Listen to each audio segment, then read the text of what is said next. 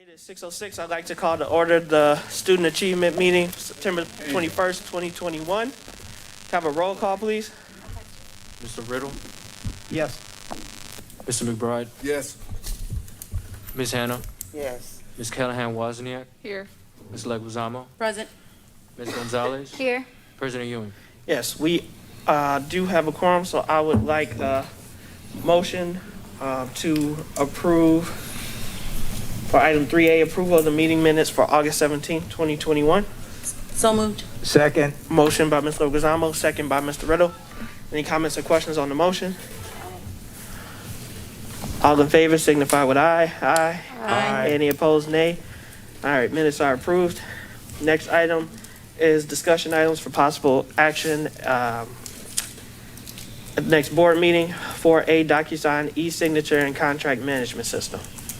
Okay, good evening, Board President, Superintendent Placencia, board members, colleagues, and community members. I'd like to ask Dr. Cuevas to come to the podium to speak. For anyone that may come up and feels, we're just going to use the Lysol wipes here to wipe down the mic today.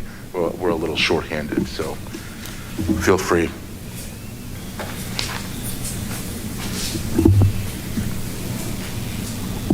Thank you. Good evening, President Ewing, Superintendent Placencia, board members, colleagues, and community members.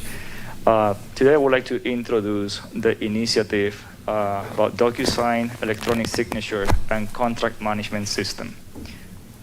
Okay. So the agenda that we're going to discuss, I'm going to provide an overview of what is DocuSign, what is the contract management system, the benefits for the school district to have this solution in place, other school districts that are using DocuSign, the projected cost, the timeline, references for the Board of Education, and then we're going to spend time if you have any questions at the end. Next slide. So the overview, so DocuSign is a software solution, it's a web-based software solution that will allow the school district to convert any printed document form that requires a signature to be digitalized and then collect the signatures electronically, okay? At the same time, it's going to help us to manage contracts in the district. So every single contract that we need to negotiate between the legal department, vendors, IT, and other departments, so that we can have a central repository where all the contracts can be monitored, and also that we can collect signatures and create workflows to manage the contracts life cycle from the beginning through the end. Basically, that will cover the life cycle for that. When it comes to e-signatures, I've been working with the legal department to create a policy. So in the future, we're going to bring a policy to the Board of Education how we can implement the e-signatures. It's important to mention that it's going to be a transition. So for those families that do not have a computer at home or internet connection and they don't feel comfortable signing an e-signature, also they're going to have the opportunity to print out the documents and sign them as well. Okay? Next slide, please. So the benefits, collect a student, for example, a student handbook. So it is a requirement for the principals to collect the signature for all the parents. And so with DocuSign, we can send the student handbook electronically, ask the parents to sign them. If for some reason they are not signing the DocuSign, it will send them a reminder. At the same time, now the schools, they're going to have an inventory to know who has returned the e-signature, and then they can take the necessary action steps to collect that signature, okay? we did an analysis, and we have over 500 forms district-wide that requires a signature. So basically, DocuSign, will help with that. It's going to help with HR, with onboarding and offboarding process, to collect signatures from new employees or for employees that are retiring. And also, it's going to help us to monitor basically pending activities or pending signatures. Next slide, please. Here's a map.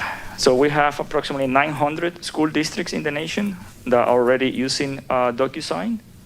Next slide, please. In the state of Illinois, these are the school districts that are using DocuSign.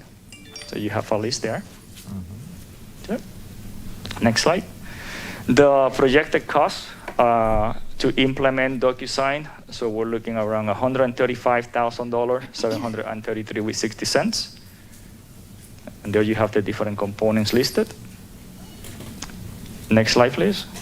On the timeline, so we're looking that's going to take approximately 16 weeks to do the implementation, documentation, and training for DocuSign. Next slide. You have references about what is DocuSign, what's the contract management system, and also in board docs, I provided to the board additional information about this solution. Next slide. Any questions? Sounds great. Yes. Two big ones for the public, but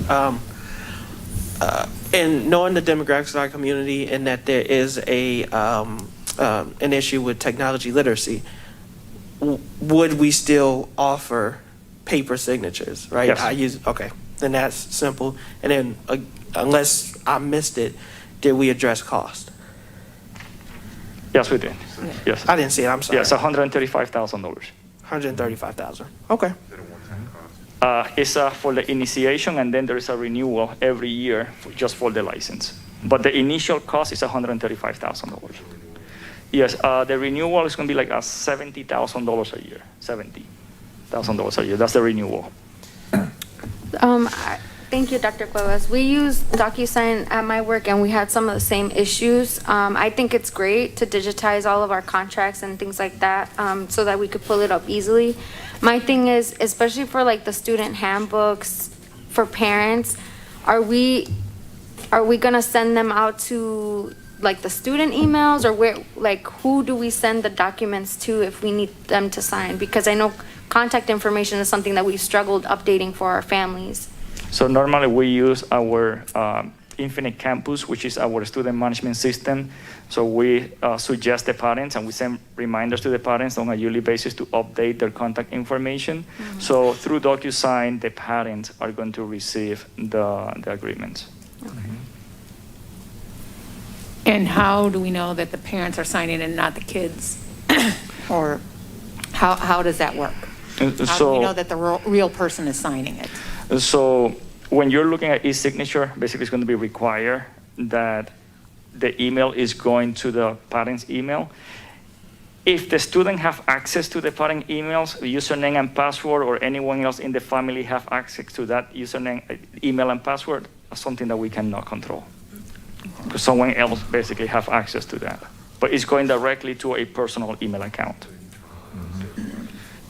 Yes, internally it's going to expedite for us to collect the information, also on paper, time for the principals on collecting, working on logistics, working with the teachers, so it's going to save us. Payroll, yes. Yeah. So Dr. Cuevas, just a quick question.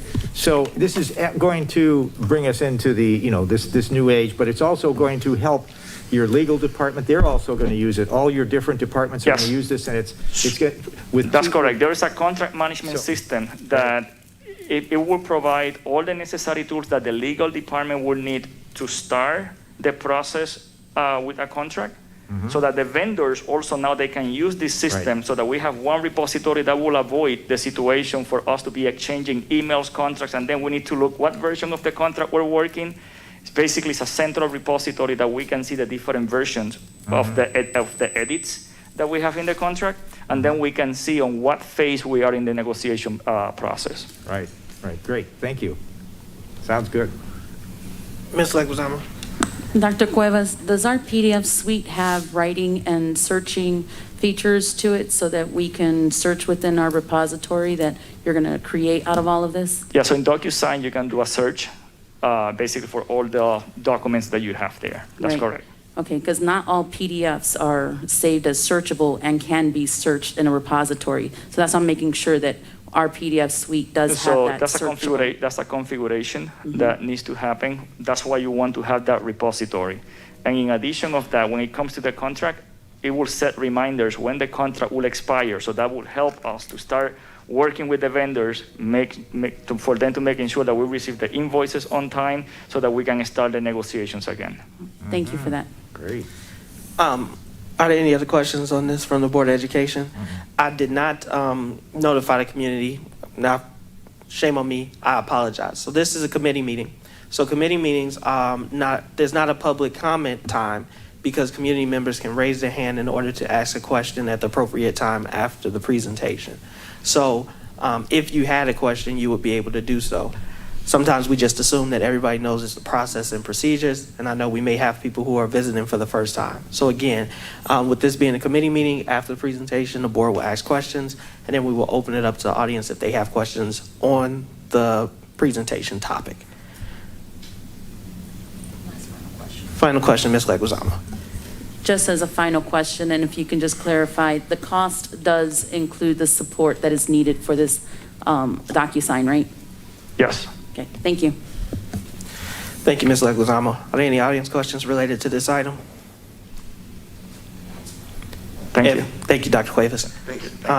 If not, we are down through information. And before Dr. Cuevas takes a seat, I know we did it before, but I also want to just thank you. We went to the CUBE conference, and one of the issues and concerns is I'm sure know that people are dealing with nationally is internet accessibility. And so I am proud of the work that Dr. Cuevas, along with the city of Waukegan, is doing in order to bring reliable Wi-Fi access to Waukegan citywide. We are further than a lot of other school districts and municipalities in that partnership. And so we appreciate the work that you're doing. Technology and access to consistent, reliable Wi-Fi is a utility. It's a necessity, just like water, just like electricity. And so I'm excited that Waukegan is on the forefront and that our district is helping to move that agenda along. So thank you, Dr. Cuevas, for your work.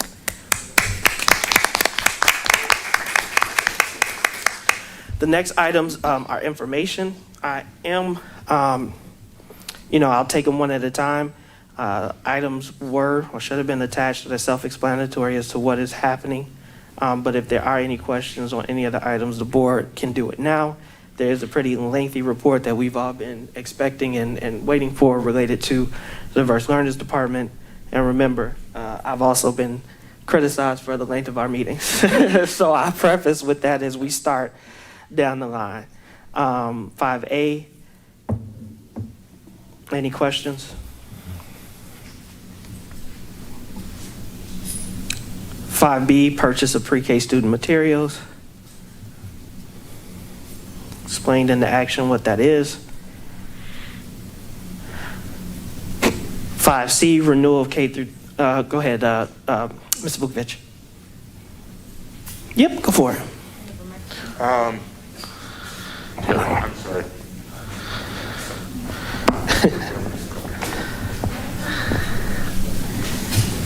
Thank you. This is the program that you approved last year, and I was just wondering if there's any kind of a report as to the dollar amount spent for the year that's over, and if you can give some indication as to how many classes were covered or that type of thing. And the other thing I don't see on the agenda tonight, but at the board meeting last week, there was a lot of talk about bringing in a group called Varsity Tutors, and I even heard some chatter among the board that you might be voting on it tonight at a special board meeting, but I don't see that. But if and when you do vote on that, you need to do some research, because if you look at the Better Business Bureau website, there are a lot of complaints just in the last few months on that organization. So thank you. Thank you, Mr. Vukovic. And so to that point, that is data that we will see. I don't believe, Dr. Cesario, that you're No, ready not to this present evening. on that this evening, No. but this is coming up for future action, and we can make sure that that question is answered to the board and the community prior to official action at an upcoming board meeting, correct? Yes. Okay. Thank you, Ms. Vukovic. Thank you, Dr. Cesario. Next up is D, contract for script order, transcript ordering website. I got a question. Go ahead, Ms. Hannah. I was reading it and looking at it, and it says that we've been using this service for 7 years. The transcripts to get kids. Yes, that's when you go online, WPS68.org, you go to alumni and transcript requests. The online system where you type in your information and send that's through Scrib Order. They're our help desk ticket system where they put it in. We see which transcripts we need to send out. We send them out. The only thing the website does is it collects the data and collects the credit card money, and then it sends us a check every month. Okay, and so it doesn't impede individuals from getting their transcripts in a timely manner. No, in fact, it speeds it up because 8 years ago, people were coming in and putting in a paper request. We're shuffling paper around. We're calling them up. We're doing that out. Right now, it's on that system. It texts them, it calls them, it emails them. It tells them exactly where their transcript is along the way. And how are you advertising this out to the public and others that would possibly need this service? So it's on our website in several spots. It's on the Welcome Center part of the website. It's on the alumni part of the website. It's all over the website. And then when people come to the Welcome Center, we've got flyers that we give to them. They come and because they come to pick up a transcript, to do a transcript. We've got a flyer for them to use for the future, and we have a computer right there for them to sit down and do it right there on the spot. Okay, thank you. Thank you, Ms. Hannah. Thank you, Mr. Christensen. Next up is, unless there are any community questions on that one, item E, thermal flow generator and air conditioner yearly renewal. Next, item F, Palo Alto Firewall Cortex XDR license renewal. Just a renewal. G, Aruba Wireless ClearPass Professional Development Training. Any questions on this item? H, Diverse Learners is requesting approval for the Assistant Director of DL, Dr. Cheryl Caesar, to attend NAPSE conference on November 9th through the 14th, 2021 in Los Angeles, California, $2,500. I, Professional Development Services, Attendance and Truancy. It's a consulting service agreement. All the information is there and attached. Is that, Go ahead, Ms. Hannah. this consulting service, is it a collaboration with our student service and outreach? Good evening. Yes, it is. It's actually born out of the fact that the Lake County Regional Office of Education, who formerly had a very robust truancy and attendance department, have streamlined that. So we're in the process of using some of the former staff there who are no longer with that agency to help us streamline our processes, create our own court referral processes, because we are the biggest referral to the Lake County State's Attorney's Office. So we just need to be able to right-size that and make sure that we're following the protocols that have been set by the state and the Lake County Regional Office of Education. And so did I see a dollar amount attached to this? Yes, it's $25,000 for 1 year of services of professional development. Okay.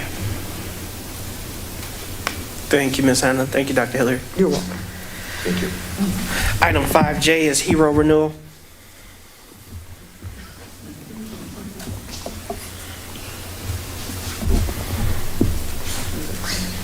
And I echo I think this is a good thing to do, but just like Mr. Vukovic, it's just a report. I know we invested heavily in the HERO system.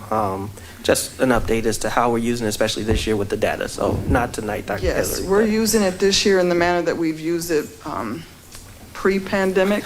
Pre-pandemic closure. Pre-pandemic, right. Now we're 'Cause we're going in the- to pilot it in 5 of our elementary schools as more incentive-based. So at the high school level and the middle school level, we use it partly for tardiness tracking and attendance and arrival to school.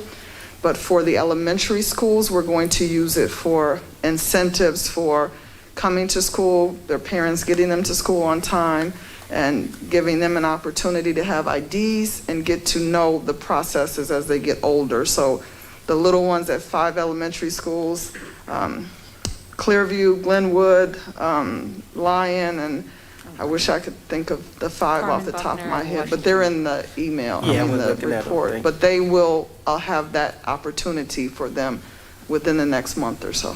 And so it's not going to be laid out for all the schools yet? Yes, it'll still be at all the schools. Elementary schools have never been totally online, so we're piloting the 5, and then we'll move from there to add the remainder of them for the next school year. But for this renewal, it does include the high school, both campuses, and the 5 middle schools, which have always been online. It's just that we're adding 5 elementary schools to pilot the program with.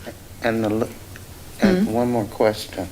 The little ones will have a physical ID. Yes, they will. Oh, It'll they gonna look love different. that. Huh? They're going to love that. Yes, it will look different from the ones, but we just want them to get the feeling of a lanyard and an ID and scanning it with the system, so. Right. So will the cost go up next year because we're going to have more schools, or is it just like one flat fee? There's one flat fee, and then when there's additional services, they give us kind of a per diem, so to speak, to be able to use it. So they're not additionally charging us for the 5 pilots. But as we move forward to having all of the elementary schools online, the cost may go up incrementally. It's based upon student numbers as opposed to student schools. Okay. Or school sites, rather. Thank you. Thank you, Dr. Hillary. You're welcome. All right, so thank you, Board of Education, thank you, community members. We are now at our reports and presentations, so we have item 6A, it's our Diverse Learner Status Report, ISB Annual Performance Review, and State Performance Plan, SPP. All right, so I'm going to ask Dr. Bublitz to come up and speak to that.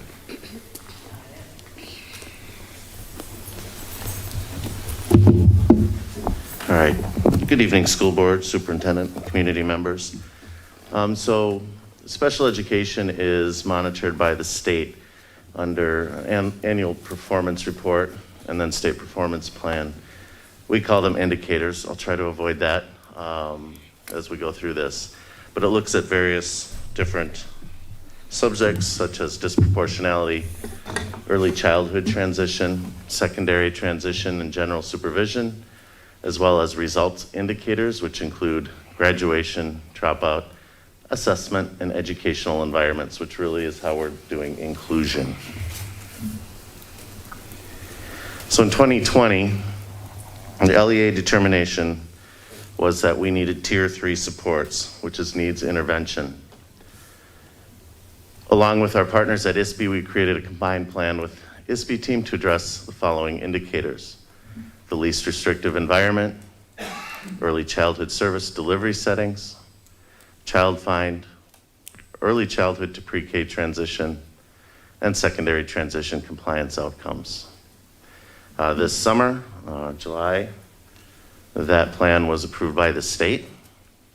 And so what that means is we met many of the requests by the state, such as making sure IEPs with transition goals are appropriate, making sure we have the system set up so we don't have evaluations go over, and so forth.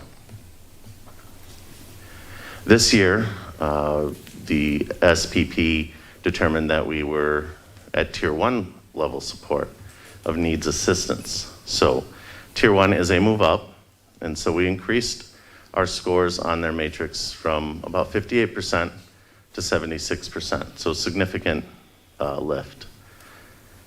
So it still means we may need corrective action plans for certain indicators. So for example, inclusion, we'll see later. That's educational environments. We still haven't met the state target, right? We are still disproportionate in certain areas. And so we may need a corrective action plan. But for evaluations, pre-K transitions, and others, we are at 100%. So indicators that did not meet, again, secondary transition. And basically, if we miss one, then we are found non-compliant. So I believe, if I do the Dr. Bublett's math in my head, it's about 7 goals out of over 1,000 students that were not met. Considering we're at 0% 3 years ago, it's a significant improvement, right? We also are still working on our educational environments. Now this was, I think, a success. In pre-K, we went from 3.1% in the least restrictive environment, the most inclusive, to 39. However, ISB ever continuing to push those targets up for better performance, improved them from, they moved it from 39%, no, it was 37% where we would have met, to 4.6. So we have to do more improvement. K through 8, actually should be all the way up to through high school. We were at 41.4% and we improved to 45.10. That year it was 58%, but they dropped it to 52 and I don't know why. My intention is to exceed the original target goal of 58%. That, going back 20 years of data, the district has never gone over 41%. So we're moving in the right way. Disproportionality, this covers suspension and expulsion of students with IEPs, as well as Black students with IEPs. Disproportionality also covers eligibility of certain subgroups, so that's with Black students being identified for IEPs, as well as eligible for IEPs under the eligibility of emotional disability. Okay, so we are still disproportionate, and if you move up, there's a chart, and so we'll see we shouldn't be disproportionate, right? That is not good data. But on the next slide, you'll see that we have been improving. Okay, so we look in. And I'm sorry, Dr. Bubblets, can you just go back? I won't. Oh, sure, go ahead. That question, I just want to. Do you have a question now, or do you want me to? No, I would prefer that you finish. And so board as well as community, in order to get through the presentation, if you do have a question, jot it down on your phone or your notepad, and we'll answer at the end. I just wanted to, I'm looking at those two things, and to me, they seem contradictory. But I'll ask that later for clarification. Certainly. Okay, so I think I see what you're saying, and you're right. I should have explained that better. Well, while the state still finds us disproportionate in our performance plan that we write and the evidence we've given, they've found no indication of intentional or policies that are being used or implemented to create that situation. Now, there are things that we need to do better. The state's saying it's not necessarily malicious, but we know that there are often systemic reasons, bias reasons, things we miss in our structures that help create systems where things such as disproportionality can affect certain subgroups. So hopefully that answers some of your question. But if we look at Black students with IEPs, right? This is an area of significant disproportionality by the state, and personally I agree. But you can see we are improving. So the ratio then is Black students compared to all students with IEPs at a just say 10-to-1 ratio on their matrix, and 6.42, and I'm getting a little old, so I think it says 6.85. Okay, thank you. I guess I could turn around. So we have improved. We still have work to do. Okay. Ms. Hannah, do you want? Yeah, go back to the other Sure. slide, please. So, this school year, in the enrollment and the enrollment number indicates the number of students in DL. In DL, students with IEPs, yes. Okay, and the IEP enrollment indicates what? The number of students under that indicator, so that's Black students with IEPs. Oh, so it's only Yes. 20 students?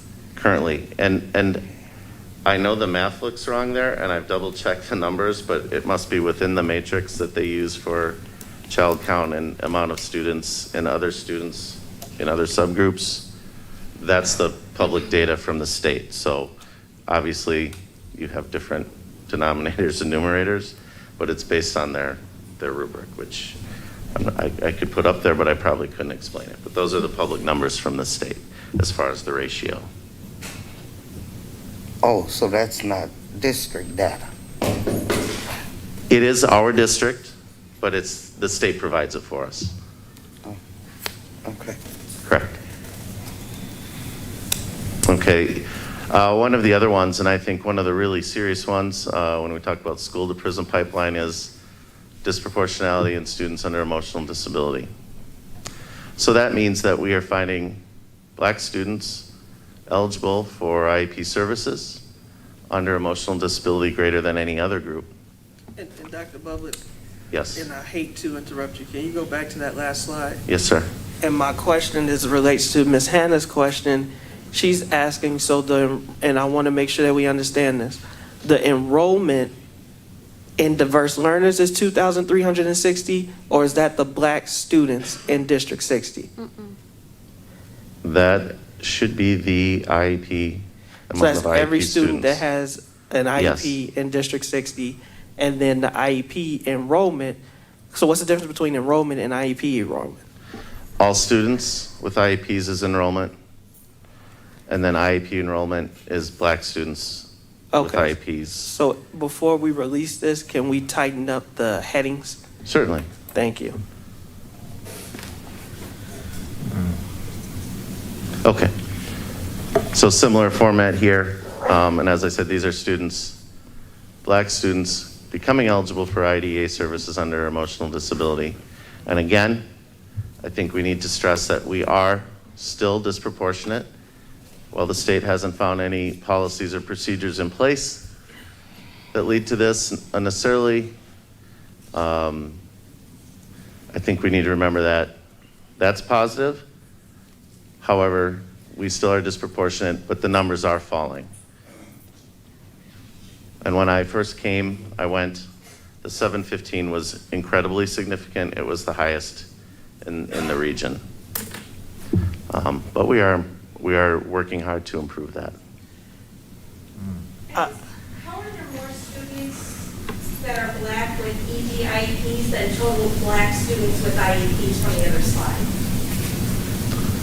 The other slide said that in 2019 there was 20 Black students with IEPs, but in this one they're saying in 2019 there's 48 Black students with emotionally disturbed IEPs. That number is over double from the last slide. You're correct. I have to check on the eligibility. When I clarify that, I want to make sure that those numbers from the state are on eligibility that year. So let me clarify that. I apologize. Give me cut. I have another question, Mr. Douglas. Yes. Again, and I'm a little confused here again, because I don't know if it's the headings or what, but it says total Black, and 2019-2020 total Black is 2,030, and ED IEPs, okay, that's 48, and so I'm not understanding. So so total black represents the total number of black students that are enrolled in District 60? Correct, according to the state's data. And EDIEP says that 48 of those 2,030 are. Eligible under emotional disability. What about BD? Do we still It's have the same BD? thing. Well, that's not appropriate to say. Right. It used to be BD, behavior disorder. Mm-hmm. That is no longer an eligibility. It's now we have emotional disability, but you could have a behavior issue under often OHI for, say, having ADHD, or you could have something else that relates to behavior, but there's no more BD. But we could call that BD, And what just about, for explanation. okay, and what about learning disabilities? So I think we got to continue with the presentation and get that data, right? Learning disabilities were not disproportionate, so that's not covered here today. That doesn't come up in any of our indicators. I can get you that data. It's But you public don't have it data tonight, on yeah. the school report card. Okay. All right, so then if we want to, unless there's a clarifying question, because I do want to make sure that we are all using the shared language and we understand the data that's being presented. So thank you for those clarifying questions. Yeah. It would be about that, yeah. Okay, sorry. No, you're fine. Go ahead, Dr. Bubbles. Okay, so anyway, I was ready to move on, I believe, from this one. And we presented this, I believe, February or March, based on department goals on areas that we are aligning with the district plan and working towards as a department. So one of the main things is that full continuum of services, including social emotional learning. So we have a framework that we're using. It's essentially a problem-solving framework. So really using many of the systems already in place and staff already in place, but for more restrictive students with IEPs and behavior plans, right? And so it's meant to keep the problem-solving, data collection, and working with the behavior plans for students in their home schools and in their home districts. So it's 3 levels. Level 1 and 2 are at the home school, and then we would have best programming that would be a special ed school or special ed classroom for students with behaviors in district at a district school. The other is focus on inclusive practice. We're looking at the individualized educational planning, so IEPs, data collection, problem solving, et cetera. Beginning to incorporate universal design for learning guidelines, and that's not just for DL students, that's for everyone, right? Making sure that we can provide what students need, when they need it, in any environment they're at. Inclusive practice, professional development, so such as co-teaching, resource services, accelerated learning versus remediation, right? And then implementing procedures for articulation and transition so that we're consistent year to year as students age towards graduation in our IEP writing and our IEP services. We've restructured our low incidence programming, gain, rise, and step. We have a rubric showing what that looks like in each environment. And then we've increased collaboration with MTSS. So like when I talk back about SEL, right? That best framework is really just a continuum beyond MTSS tiers 1, 2, and 3. It just is specifically for students with IEPs and behavior intervention plans. Okay, thank you. Yes, sir. How are you going to framework your staff development and training with the people on the front line, such as your teachers? Can you repeat the first part? I'm sorry. I'm sorry. That's all right. I said, how are you going to framework your professional development training with the individuals on the first line, such as your teachers, the ones that generally write the IEPs on the students? So again, this year we focused on co-teaching for inclusive practice. We brought in a program called Goalbook, trained on that. That also helps with IEP writing. We have continued support for our specialists who work directly with students in their schools. We provided coaching training for those specialists so they can work with staff in the schools on IEP writing and other problem-solving areas. We make sure to work with teaching and learning because we want to make sure that our teachers have access to core instruction and curriculum training as well. I don't pull them from that. They need to be able to they need to be able to implement all the core curriculum in the same way. So that's inclusive practice. I know I'm missing other things. Yeah, you are missing. You're really not answering my question. Okay. I think a lot of our students that we identify now have IEPs because sometimes the individuals that's writing the IEPs don't understand the students. And I'm saying that to say that, let's say a 7-year-old, and I heard somebody use the example the other day, if he's running all the time, and he's constantly running all the time, the write-up comes now, and he begins to get an IEP, and the IEP follows him through the district, and that next thing you know, you talked about the prisoner pipeline, he's lost out there. But how are you going to implement some training for your staff to understand that student and the student that's vocal all the time, that sometimes want to have the last word, so to speak. And as a result of that, as an adult, sometimes we feel that, you're not supposed to be doing that. That's insubordinate. But, then we write them up.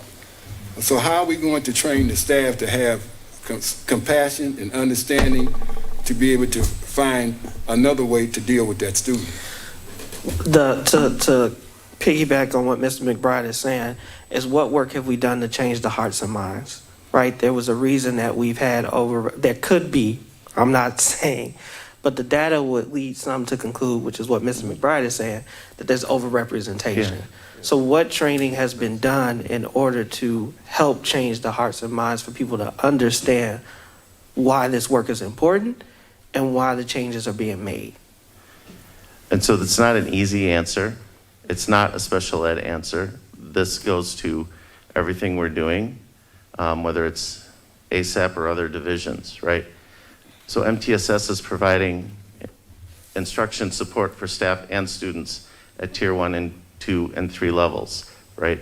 Curriculum is being brought in through MTSS, teaching and learning. That's me. There's work. So there's training called CPI. Some of you may know what it is. That's not our department, but that talks about, it's not about restraining children. It's about verbal de-escalation, right? So there are multiple layers that we're trying to do to make sure that we can support our students. And the DL staff is often a part of that MTSS, correct? So whether it's special ed teachers, whether it's social workers, OTs, do a lot with regulation, psychologists, they're a part of it who work with those MTSS specialists and building staff and administrators. So it's not just one, right? We are working towards that in DL, but it's the collaboration piece to go more universal across the district. And it does the training that you're making reference to, does that also include the regular ed teachers? Yes, it may. But I don't want to speak to that because my department is not in charge of training folks for that, so. Okay, because that question. Do you want to speak? Yeah. And, I can ask Ms. Amanda Patty to come up too, but we've had ongoing training over the course of the last few years regarding cultural proficiency and really culturally relevant pedagogy. And and to what Mr. McBride was talking about in terms of having an understanding of various cultures that we're serving, so it's been ongoing and it's been embedded across the departments within ASAP. Amanda, do you want to add anything? Okay. And so Yes, as well as the addition of our Director of Equity as well, and some of the work that she's doing, and what we're doing at the DLT.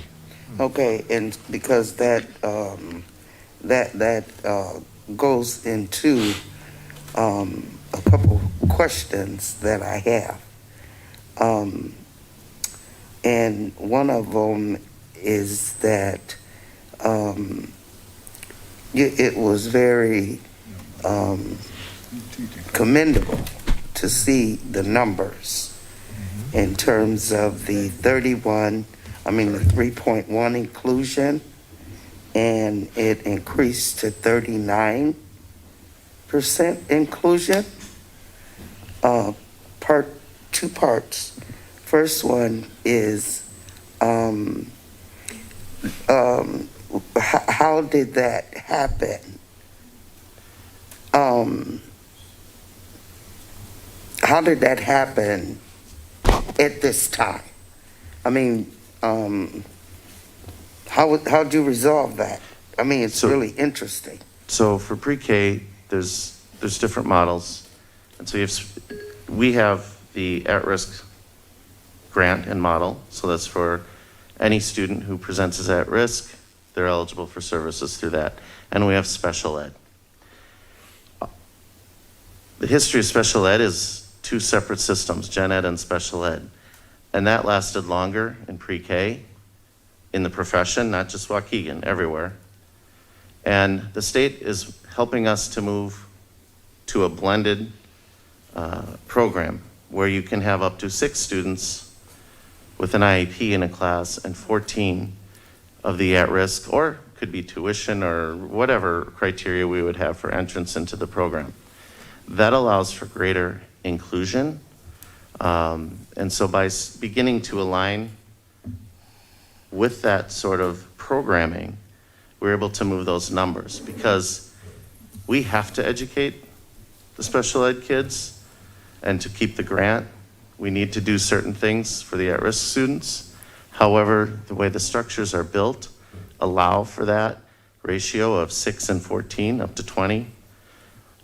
There's a lot of other details I'm not gonna go into with percentages and numbers, but by moving towards that plan and that structure, we increase that. And the research, especially at early ages on behavior, speech, and language modeling, are very clear that that's beneficial. So we don't want all of our special ed kids separated anywhere, but especially at pre-K, when those models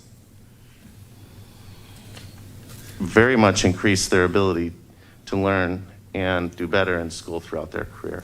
And so, okay, and I have been hearing that the K1 grades have been being included into the regular classes. We are working on that as well, and supports. I want to know what supports have also followed into the classrooms now with those students, with the IEPs. Okay, so if we start the inclusion early, and I talked about articulation and transition, and we are writing IEPs with an understanding of what needs to occur year to year, we start with an inclusive model that follows them into K1 first. Those IEPs will be a better individualized representation of their needs. That provides the map for what additional supports we need. So if a kid comes and he's very successful in an inclusive environment in pre-K, and that means assistive tech device or additional adult support, that needs to follow with them, because it should be in the, excuse me, should be in the IEP. So that's why we are putting an emphasis on those transition services between pre-K and K, K1, 5, 6, 8, 9, because they're different ages, they're different approaches to school, but the child is not, unless there's significant trauma or change, is not going to change a whole lot from May to August, right? So why should the IEP and the services be different? So we want to be consistent, but we want to start being more inclusive, where really you get more bang for your buck with language, education, behavior, socialization with those 3 to 5, 6, 7-year-olds. And so it should follow as we do that, if we're doing our job. You have special or DL paras in the rooms with the students that you have included that has been... Possibly. Depends on the IEP. It depends on the IEP. I have one other question, Brandon, and I'm done. I also have some Let me go to Ms. questions. Wozniak first. Go ahead, Ms. Wozniak. I'm confused by the numbers. So I'm looking at the first slide with the numbers on it, and it says, we had 20 IEP enrollment and for the Black students. And then if you look at in 2021, and let's look at 2020. We had 20. Mm-hmm. And if you look at the emotional disability in 2020, it says 48. I would think the emotional disability number would be smaller than the total IEP number. Correct, and I need to revisit those documents from ISB because that's where I took them from, and I did look a few times, and it does not make sense. And I don't understand how you get to the ratio either. How do you get to the ratio? The ratio is a formula that they use, multiple points of data that they use to come up with a ratio that gives you basically the amount that a student or a subgroup is eligible or is disciplined or whatever the category is more than another subgroup. So the threshold is 4.0, and you want to be under that for the state. Some states have 2 or 3.0. So when you're over that again, there's a lot of, the formula is a little complex. Okay. But I can provide that for you as well. But that's where the ratio comes from. Right. So what, besides emotional disability, what other IEPs are there? Right. Is there a different? There's multiple eligibilities, so 14. So There's 14 of them? Okay. yeah, I can start listing them. I No, might that's skip okay. them, I but just- specific The learning preponderance disability. is emotional disabilities then? Why have we keyed in on emotional disabilities? Because squeaky wheel gets the grease, right? So if students have behaviors, they're going to get the most attention. And so that it doesn't mean that that's the highest amount of eligibility. It's just that for Black students, they're being found eligible under emotional disability more than white or Hispanic or other students in a significant way. So The question is why? Right. The question is why? But you answered it. could be many reasons. Yeah. The system is not possibly set up. We know that systemic racism can be very in your face or it can be hidden. And people have different levels of understanding or patience, and there's multiple reasons for it. And that's why I asked you who's doing your training. Basically, what I was really saying is that whoever's doing your training, they got to understand, implement culture training. Basically, that's what I was talking about, culture. Okay. Who's ever doing your training, because we're talking about Black children, and we're talking about they have certain behaviors that sometimes they can't control, but it's part of their culture. And somebody has to understand that if you don't understand it, like you said, the IEP comes. And there's other ways to deal with the behavior if you know how. And you're correct, and I think there's multiple layers of doing that, and I think some of the work being done, especially with equity, is trying to address some of that and some of that training and awareness. Other things such as systems that we're putting in place with MTSS. I can tell you right now that we are working very closely with MTSS, and we are working hard in buildings to make sure that those systems and structures are followed. Go ahead, Dr. I know there's a hand up there, so I want to go to Ms. Gonzalez. Now, everybody, I want to go to Ms. Gonzalez, then I want to go to Ms. Leguizamo, and then I want to go to Mr. Riddle. And so if we can ask the question, and then that way I can get to the audience. Ms. Gonzalez. So, there's like A, B, and C parts to this because, so in slide 5, Dr. Bublitz, it said that the district was found to be disproportionate, but none of our policies were deemed to contribute to that discrepancy. I feel like as a board member, that doesn't really make sense. Because if the students are experiencing a consequence and it's a result of our procedure, but the state is coming back and saying it's not a contributing factor, that it don't make sense to me. I don't know if we could get it's not a answer right on the spot because obviously you're not ISB, but if we have could we explain that, because that doesn't make sense. And then my thing, aside from the 20 students, the thing that's worrying to me is that our overall enrollment has fluctuated. Is there a way to account for that? Because I feel like if we're losing the kids, or they're dropping out, or they're transferring, and we're not accounting for that, it may seem like our ratio is actually okay, but what we're actually doing is pushing the student out, and we know that. But I just worry about saying that in 2019 our overall IEP enrollment was 2,223 students. It went down in 2020, and it's slightly going back in this year. I'm like, is there a reason for that? And also, the Black student enrollment in IEP going from 32 to 20. Mm-hmm. Is there something that happened in that span of time? Well, I defer to Eric if he's here, but we did have an enrollment drop through COVID and through this year.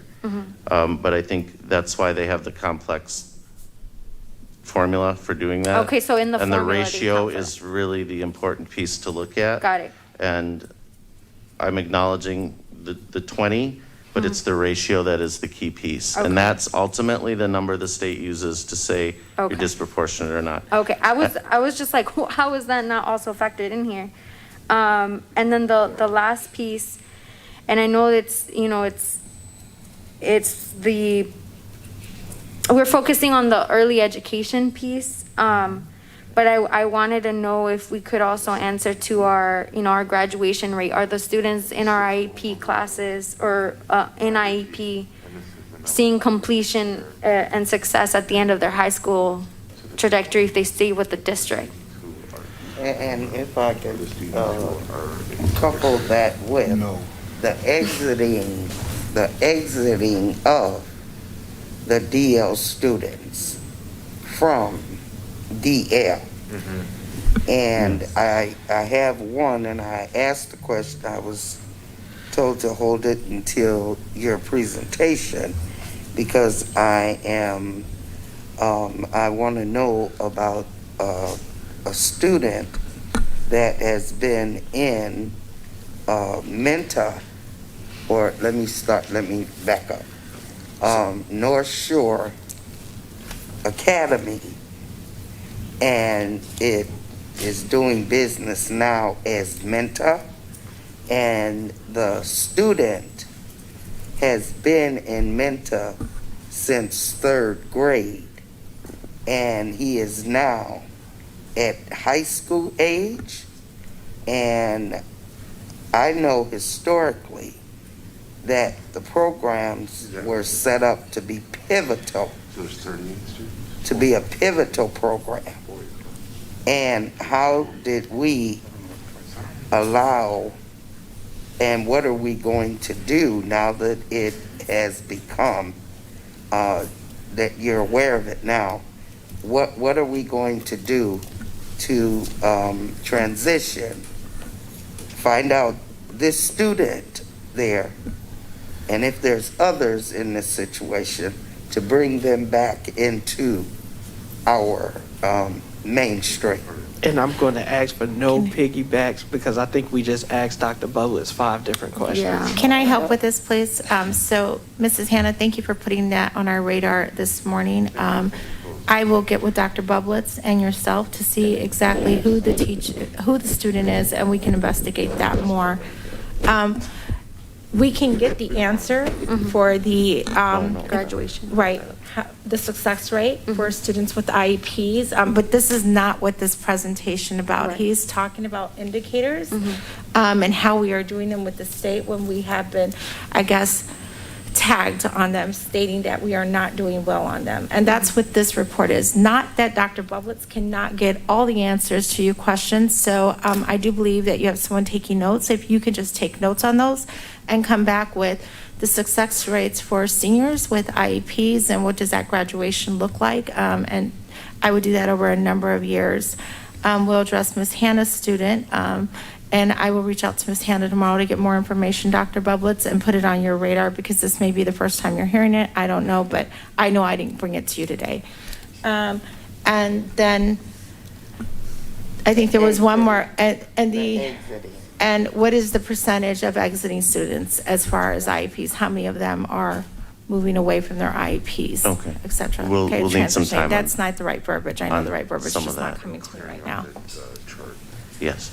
I do want to, I can't discuss individual children if I knew who it was or not. I understand. I do want to say that as of September 1st, we had 80 students out. I think this is important for everyone to understand. I've been very hard on the department thinking about placing students out. So even for me, this is important to understand. As of September 1st, we had 80 students placed out of district. 50 of those students were Waukegan students. 30 of those students had never stepped foot in the Waukegan School District. They move in or they come through a residential program such as Allendale. So that's 37%. We place out 6.8% of our students in the last year of data. The state target is 6.1. I don't like 6.8 and I don't like 6.1, but we're not that far off. Similar districts, Aurora, East and West, one of them is 13%, they put out. 10%, they put out of district, right?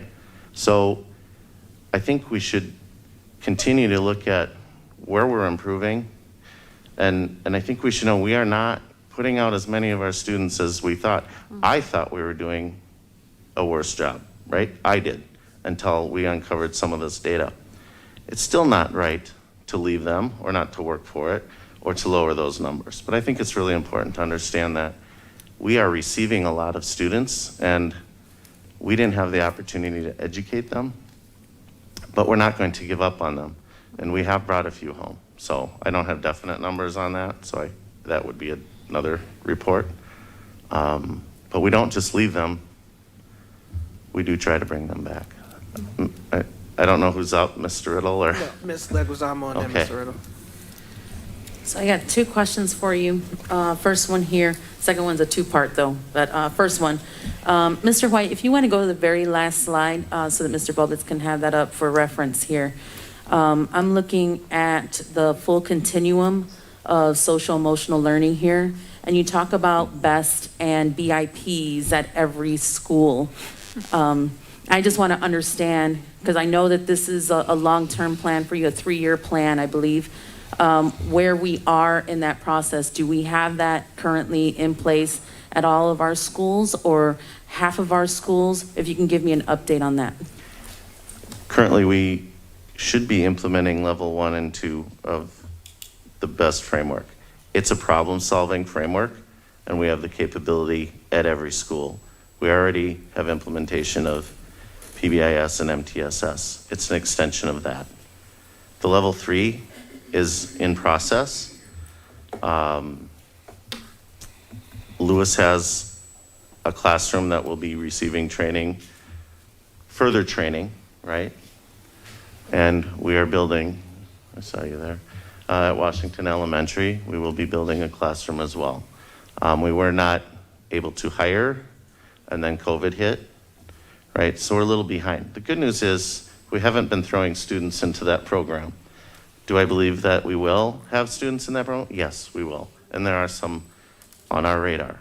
But we want to make sure we go through those level 1 and 2 processes so they're not pushed out. Because even though I think we can do a great job, it's still not as inclusive. It's still not as a good option as their homeschool and general education. And so we don't at the elementary. We're moving up to high school. They do have some behavior programming there. But we're going to start from the younger grades and move up. For reference, how many levels of the BEST framework is there? 3. Just 3? Okay. You have more, Ms. Lex? Yes. Go ahead, Ms. Lex. I want to go through them, get them out there so we can answer them, and then I'll go to Mr. Riddle. So, again, we are at 7:11. My goal is to be done with, and I know you still have another presentation, correct? Me? Yes. I do not. No, so you went through all of it. Okay, perfect. Go ahead, Ms. Leguizamo. So, again, on this slide here where you talk about the inclusive practices, right? So we have here 3 of them that are bullet pointed. Has all of these practices also been rolled out to your team 100%? Or are we still working on that? So I'm just trying to understand where we are. Are we 25, 50, 75 threshold, or do we have an idea? This will be a continuous ongoing process, right? We're starting with co-teaching. We're introducing universal design through the use of Gold Book. We aren't bringing in an initiative for UDL, but we will bring elements in at a time, and we'll work with tech, we'll work with others to see what is best for that.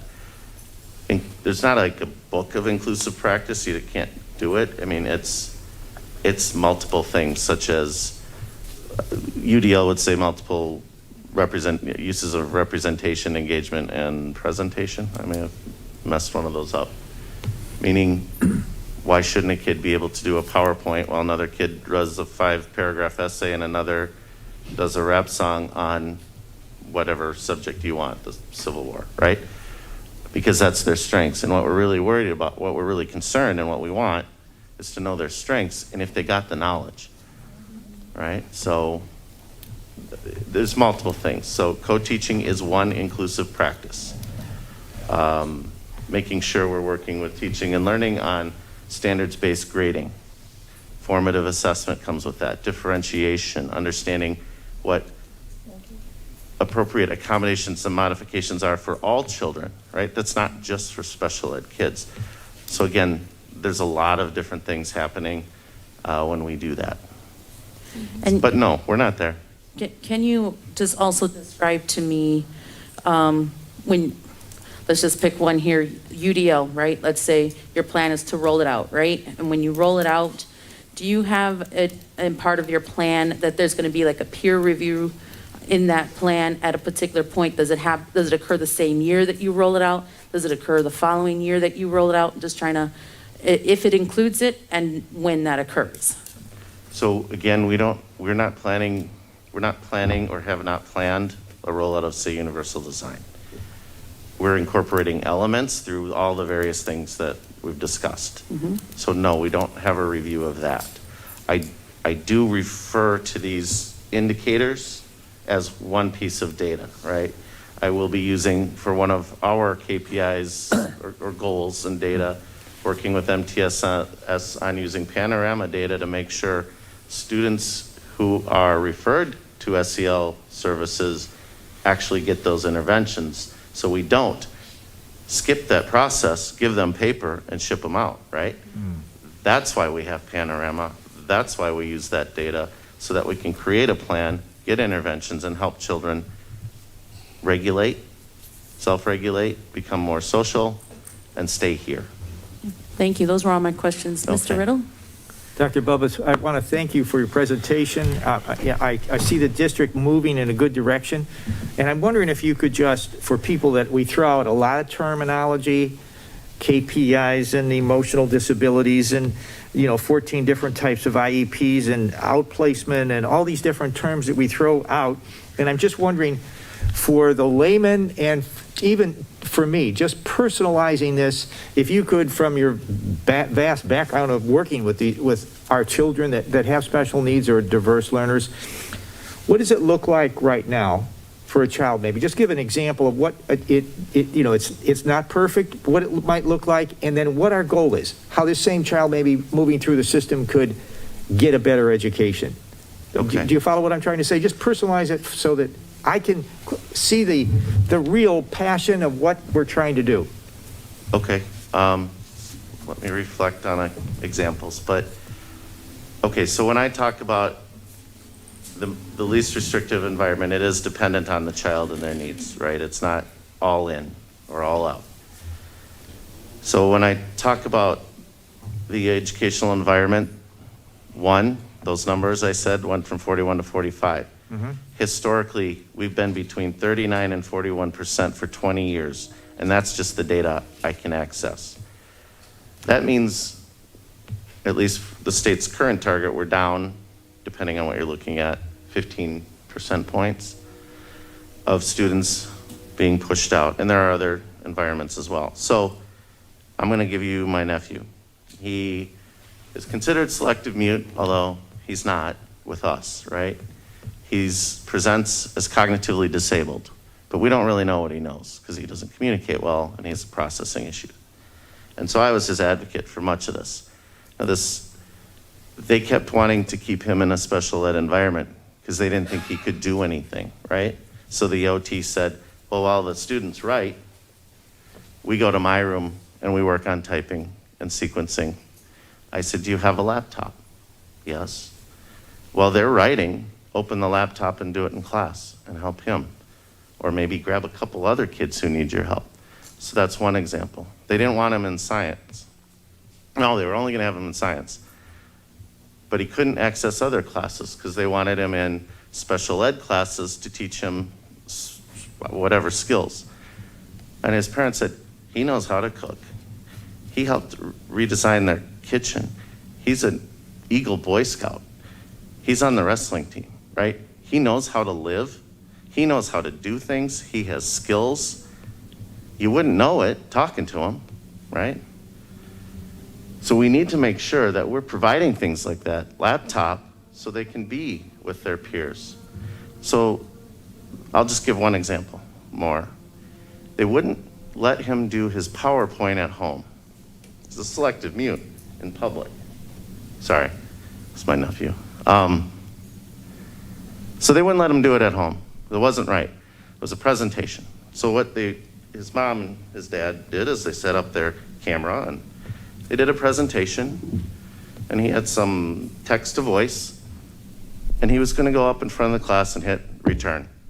New slide, return, right? Using technology. His words through technology in the classroom. But they denied that because it wasn't what it was supposed to be. So if we can give kids a voice, why can't they be there? Mm-hmm. Maybe they're not there 100% or 80%, but they all have something to offer, right?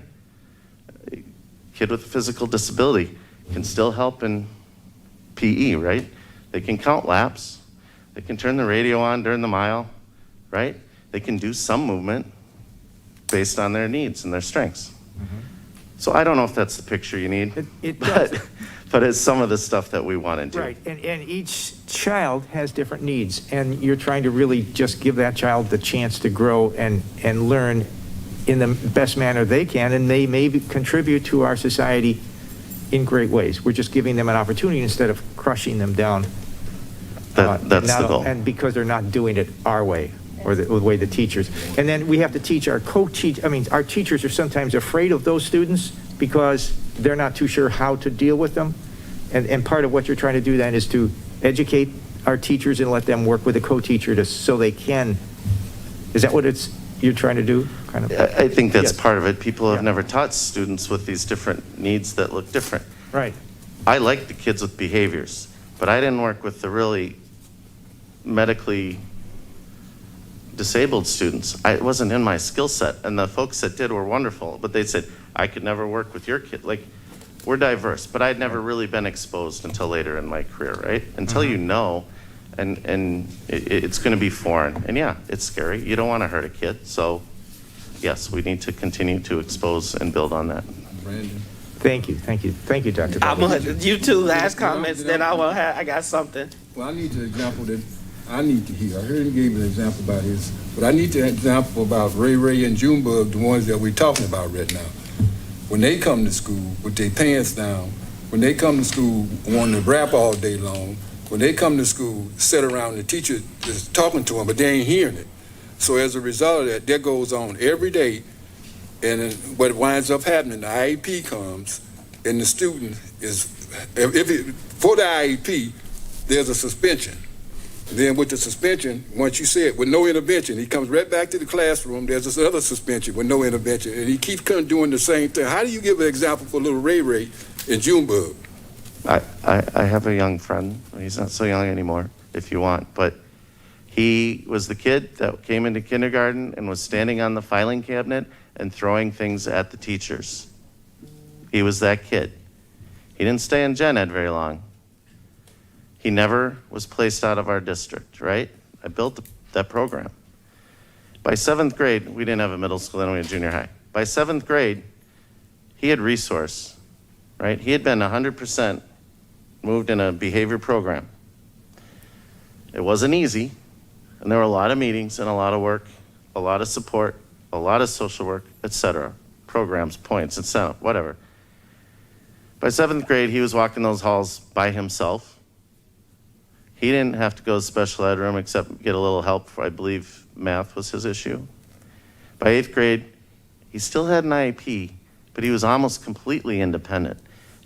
Was he still a little angry? Yeah. Did he still kind of walk like a tough guy? Yeah. But you know what? He was in our school. He was going to transition to high school. And I'm pretty sure, based on what he got from our school and the connection to the family, that he'll be okay. He might run into trouble with his temper. That's the capacity that we need to build, and the patience and tolerance to do that. Now, Ms. Pruce, the teacher, was amazing and incredibly resilient, way beyond my skills, right? She just did that. But yeah, that's what we need to do. And he's one of the more extreme cases. But I've seen that success, and it can work. Ms. Hannah, final from the board. I have a statement, and then I saw a couple hands in the audience. And then my goal is to wrap up at around 7:30, unless there are a bunch of audience questions that I'm unaware of. Go ahead, Ms. Hannah. Yes, and sorry this one is coming, but anyway, I understand that we have had a diapering issue in some of the inclusionary classes. And has that issue been resolved? I'm not going to discuss an individual case, Ms. Hannah. It's I'm not sorry. individual, Yes, it sir. is. I'm sorry. I'm not going to discuss that. It's not individual. Ms. Hannah, I will- we will come back to the board with that. I will call you tomorrow and we can have a meeting with Dr. Butlitz. I can tell you that people in the buildings should be able to work with that, and we can provide some support. But I'm not going to Yeah, discuss 'cause an that's all individual I'm case. asking. It's fine, we'll circle back with Ms. Okay. Hannah tomorrow. We can understand your position. Yeah, I give this, and this is one of the things as we struggle with equity. Equity is not easy. There is not, as I keep saying, shared definitions. If I ask each person in this room what equity is, I would get a different question from everybody because we don't have that shared definition. SB 100 was an attempt at equity. I think it was the right thing that we should do, right? We're seeing this over-representation. We want to decrease that over-representation. and you had an approach, right? I can make that data go down by simply not suspending kids.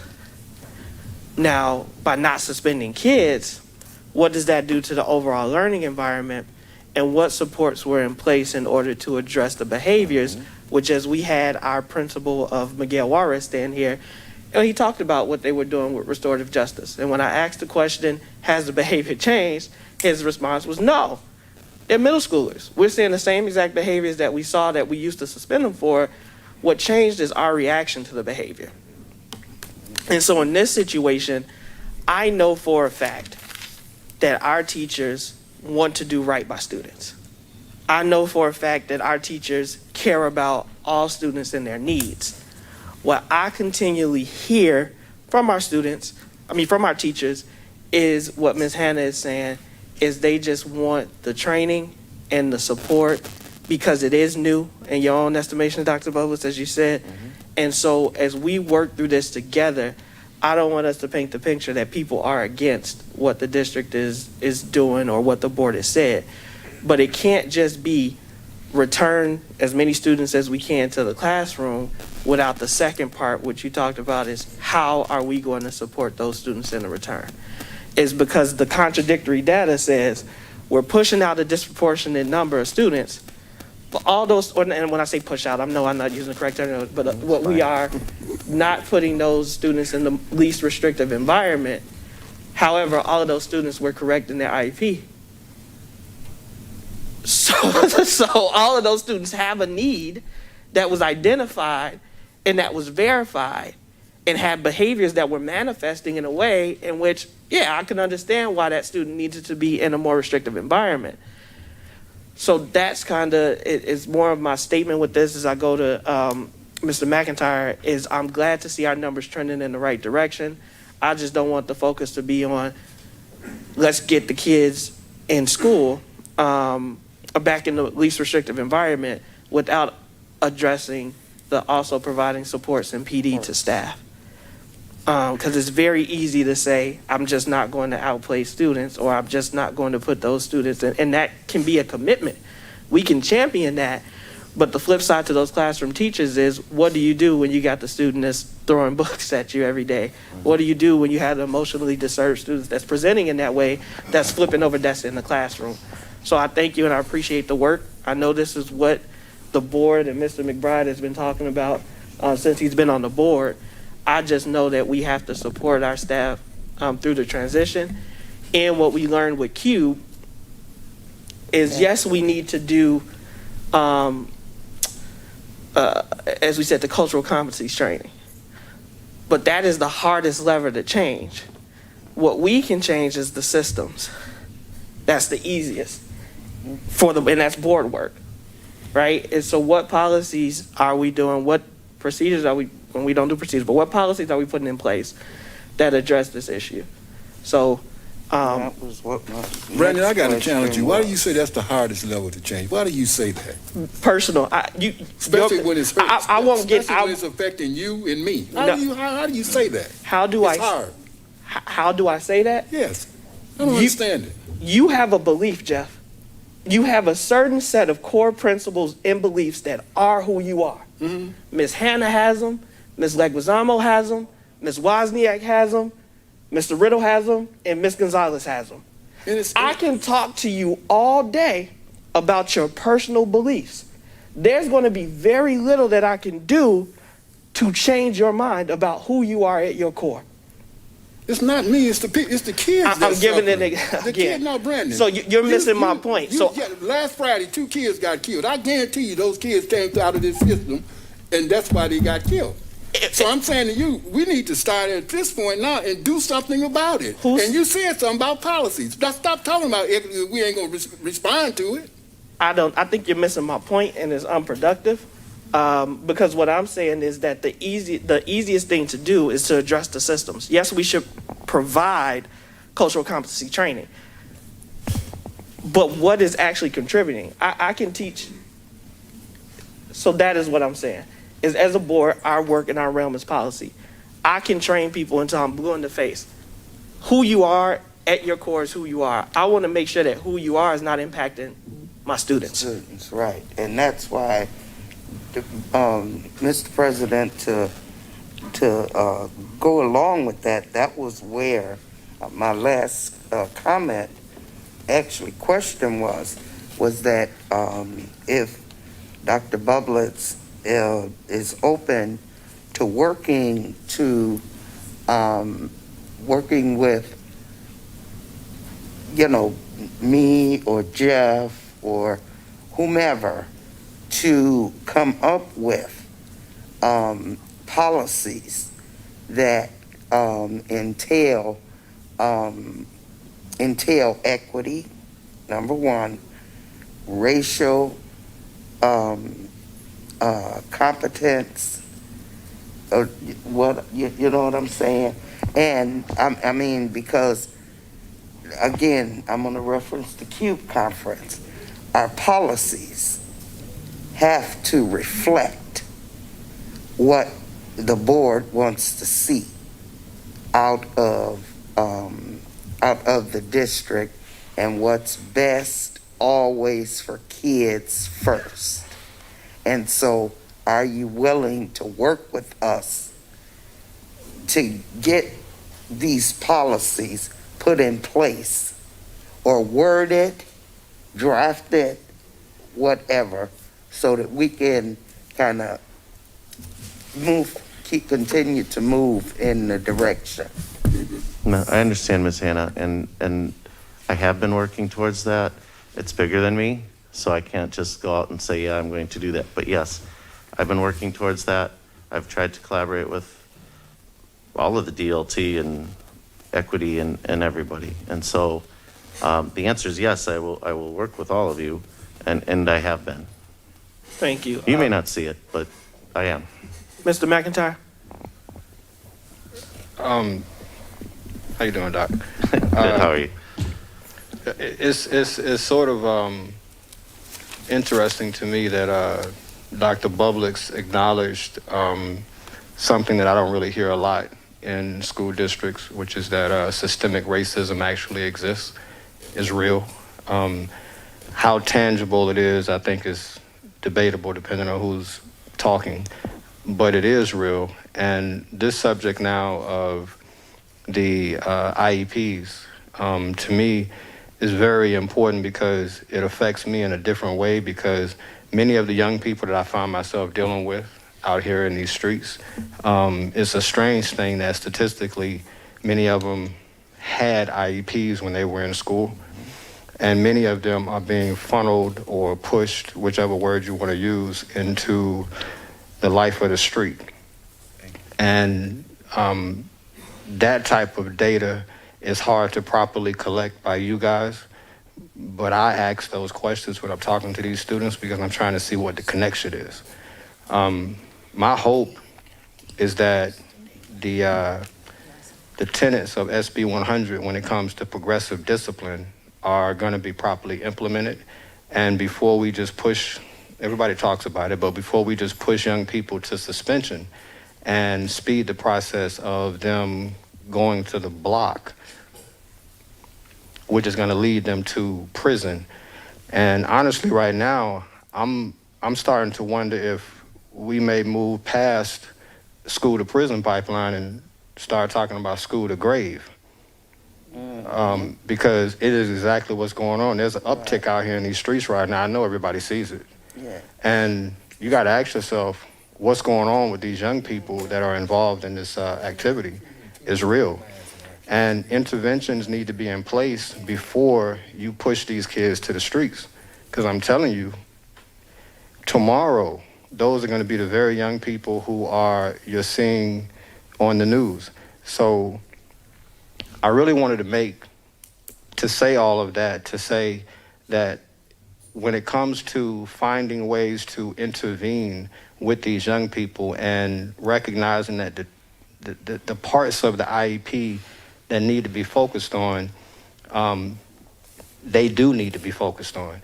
And I'm finding myself being asked by more and more families to be advocates on their behalf because many of them don't understand the process. Many of them don't sit there and say, you know what, I actually know the rights that I have for my student.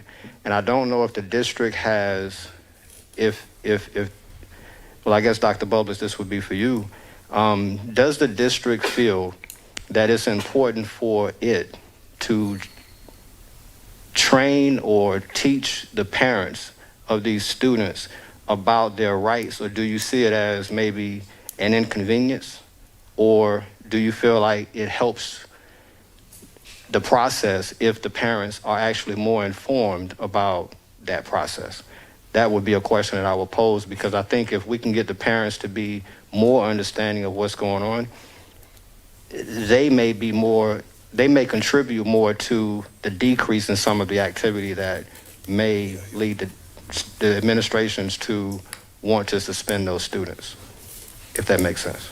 That makes total sense. And yes, it does make a huge difference if parents understand the process.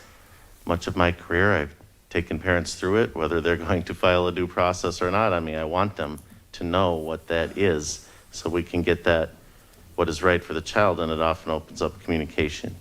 We can talk more. I think Tim Kirshner would be one we would want to include in this. And if people want to, I would invite people with ideas or how to get as many parents or community members involved, and we can provide some education, parent education, and he's a great resource. So, no, I'm with you. I know there's been a couple questions out there, and then but I've been I'm sorry, I'm facing going this all the way. way in the back because she's been waiting for a while. Mr. McIntyre, I just want to say that that's an excellent idea, and we are going to put that in practice. And I guess the same is there's a diverse learning and special education resource fair Thursday, October 7th from 6 to 8 p.m. So. Yes. I guess my question goes back to preschool and the full inclusion you talked about happening in the last year. About 15 to 20 years ago, the preschool program went full inclusion. We did away with all self-contained, pushed it into and made the EPIC program. Before that, it was state pre-K, and it was we bypass for the special ed classrooms. And at that time, they realized that pushing full inclusion didn't necessarily work for all kids, because even though it's good for some, there's still some that need that smaller class setting that help them learn how to become a student, so then they can go into the regular ed class and then become a student. Because when we put them from what maybe needs a smaller structured setting, at least for the educational part of it, when it's free play, they can go into a preschool classroom and play with toys. But when you're trying to sit and do learning and they're throwing stuff and they're hitting and they're kicking and they're biting, it's very difficult in an inclusion setting. That being said, there was 3 sections of Crosscat that closed the year that we had the pandemic. We were told March they were no longer going to have the sections. We had to recall the IEPs, tell parents that even though we said they were supposed to be a self-contained class and that was the best placement, now we're going full inclusion, yay, you should like it. That was difficult for some parents. Some parents weren't sure they wanted that because they thought the smaller class setting was better for their child for multiple reasons, and hence why they were in the smaller setting. This year, we then now closed another game class, which then pushed another set of students into the inclusion setting with the preschool. In preschool, there is only a little bit of time where it is a structured time. And then it kind of goes to free play, and you can do some structured activities within the free play time. There's a teacher and a para, 20 people or 20 students. And at those classes, a self-contained teacher or a special ed teacher and a resource para can go in at different times to help support. It's quite a bit of support for a few kids in a class of 20. Fast forward to a kindergarten, you've got 26 kids, 1 teacher, up to probably 8 kids now with IEPs of varying abilities. I understand the full inclusion. I'm all for. We need to get them in the class as much as we can. But I also think we need to support the kids where they are and maybe have that smaller setting that they can pop into when they're overwhelmed or having a hard time. Because kindergarten is 6.5 hours of education compared to maybe 20 minutes to 40 minutes in a pre-K where they have to sit for that much time. When we're putting some of these kids, especially some of the ones, these friends that now have had full remote, into 6.5 hours of sitting for a teacher. We've got kindergarten teachers, we've got first grade teachers, we've even got pre-K teachers that haven't been told about the severity of the kids coming in. Because we no longer offer a full continuum of services. We offer this or we offer that and you'll like it. And as we try to explain to parents, well, you can have this and it's really good, some of the parents do want a little more support. When we went full inclusion before, we used to keep a couple openings in all the state pre-K classes. So when we had the self-contained kids, they're doing great. We've now helped them become students. They can sit, they can do calendar. They figured this out because we've got more support in a smaller class. We then mainstreamed, and if they did good, we put them in the class. Well, over time, they did away with that too. It's either you're self-contained or you're in a state pre-K class, and we no longer save spots because we can't. So we kind of did away with the ability to be able to move them out of CrossCat, and now we just did away with CrossCat altogether. So it's hard because when you're saying that we just did away with self-contained and only did inclusion the last year, we've done it for probably 15 to 20 years. That's right. I know that the program, EPIC, has only been here for a few years. Prior to EPIC, I've been teaching in the district 25 years and it was here way before me. So, I mean, the preschool program's been here. It's changed names, but it hasn't changed the ability of what we've done. That's right. And the students that we've helped. That's right. Let's see. As they go into kindergarten, I know we in preschool try to do the best of offering the supports we think they might need. But again, we're going from a half-day program that has a lot of free play into a 6.5-hour education. If we're gonna write enough support in there, are we gonna put paras in the classroom? Are we gonna lower the number of kids in a classroom? Are we gonna top the elementary off at 20 so that they can offer the support maybe that they need? Universal supports are great, but you can only do so much if you're 1 in 26 kids, even if they're all gen ed kids. 1 in 26, you can only support so much. And then you need help. And we're not necessarily giving them the help they need. We're saying you're gonna get it if you need it. You have to prove that you need it, but who's losing in the process? We're having teacher burnout, we're having frustrated kids, we have escalating behaviors, and we have everybody wanting to cry. I mean, it's a very difficult situation. There's no easy answer, but I think though, gen ed and special ed staff all need to be informed. Yes. I have kindergarten teachers calling, I have first grade teachers calling, asking me why these kids are here. What supports are you doing? Why aren't we offering more?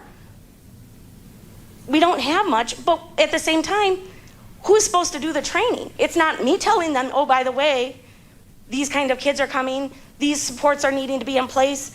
I can ask them, I can suggest maybe be prepared for a little bit more need in the class, but it's not my job as an educator and a coworker to tell them that the supports are taken away and it's all or nothing now. Either they're self-contained and it's very hard to get a kid into that class, or they're full inclusion and we know they're gonna struggle when it's 6.5 hours, but yet we can't do anything about it. Come on, sugar. Yes.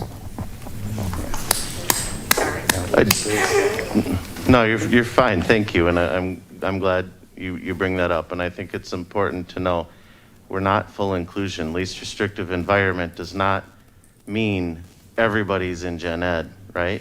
And it does not mean kids in gen ed can't be pulled for necessary services, or kids in special ed cannot go into a gen ed setting and share those resources. And so that is not the intention or goal of the state's direction, as I've known it for 10 years. And it's not the direction, as I'm aware, or as I'm pushing here. And so we can have further discussion. I see Ms. Russell here, so I'll talk with her this week. But I've done this work. I've built a pre-K, and I know you can't push everybody in, and you're correct.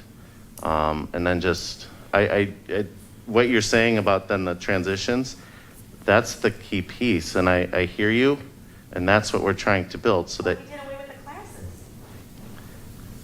But what I'm saying is providing the information from early intervention and child find to pre-K, from pre-K to K, to ensure that we are getting this right and those supports are there.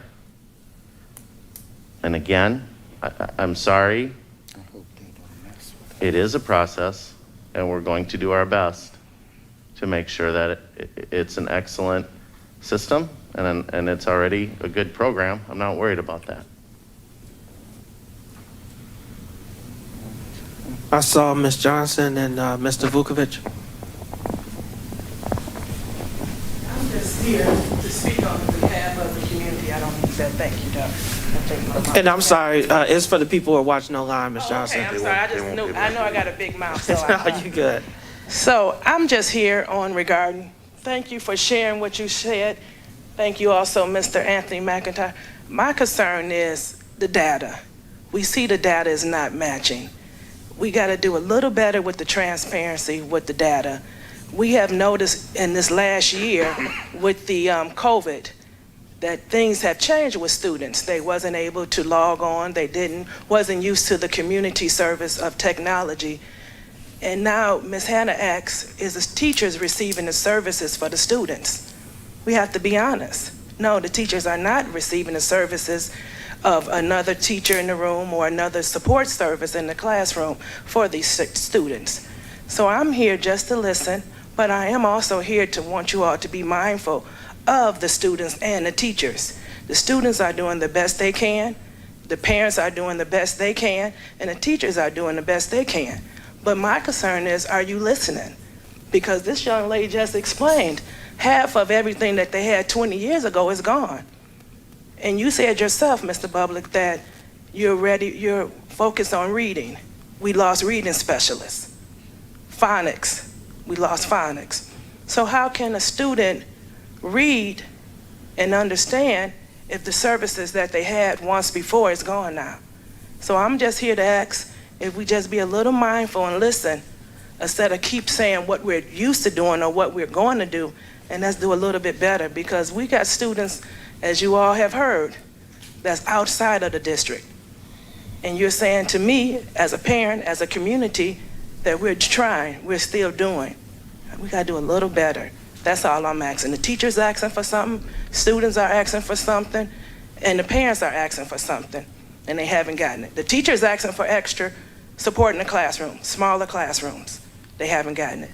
The parents are asking for more support for them as well as the students. The students are asking for support, and we haven't gotten it.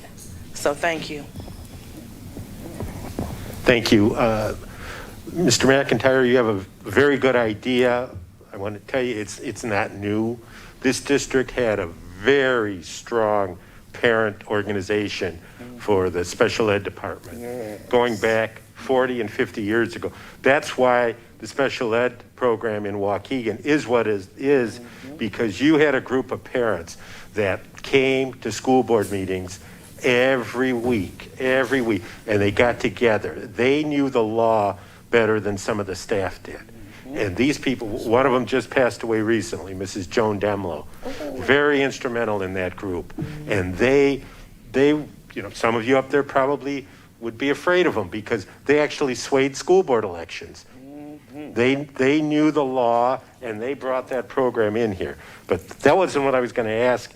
I see up there you're talking about social emotional learning and that type of thing there. And I was just curious, has WOW and BAM started yet this school year? Are they in the classrooms yet? They're in the process. They were approved, and now they're in the process of hiring the counselors. We had to wait until we sought out board approval. Jason, if you have any additional information, but they're in the process of hiring. And at a special request by the board too, they were looking inside Waukegan first and then Lake County. So it's just taking a little bit longer. So some of them have. Yeah, I know some of the schools do have counselors. But they're still looking, yes. All right, thank you. With that, are there any other final comments or questions, from the audience? Thank you all for your participation. And I spoke to it earlier, but when we talk about equity, I know, and I'm sorry, Mr. Vukovic, I'm only mentioning your name because you you spoke up, and I'm calling on Ms. Johnson not to put her on the spot, but I do want you to know that what you're saying is not being ignored. The concerns of the parents that you bring us are not being ignored. And that is why the concerns of the teachers, trust me, I'm getting emails, phone calls daily, are not being ignored. We are in a transition, and we're moving through, and we hear you, which is why we will be looking at the work as it moves forward. And there will be further opportunity for conversations and presentations. Is because when we talk about equity, equity includes all students. And all students includes our diverse learners. And we still, to Mr. McBride's point, want to make sure that we continue to see a decline in that overrepresentation. And so thank you for the presentation, Dr. Bowles. Thank you for your responsiveness to the questions.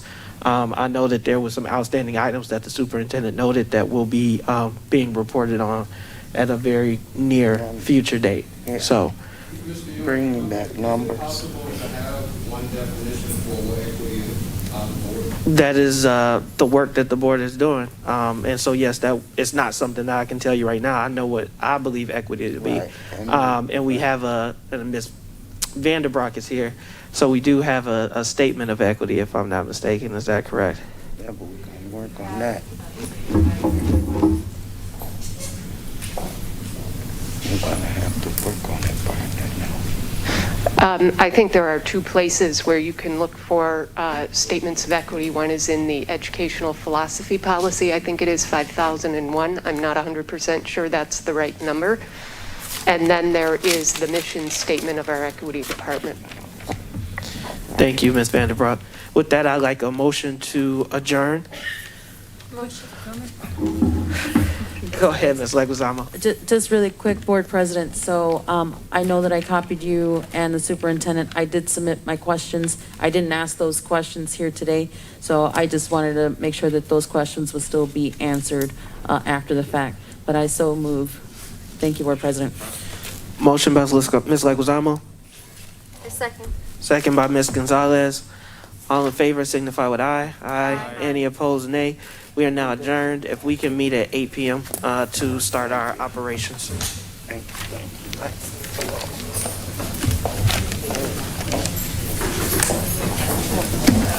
You need us 5 minutes? Can you give us 5 minutes? 7. Okay.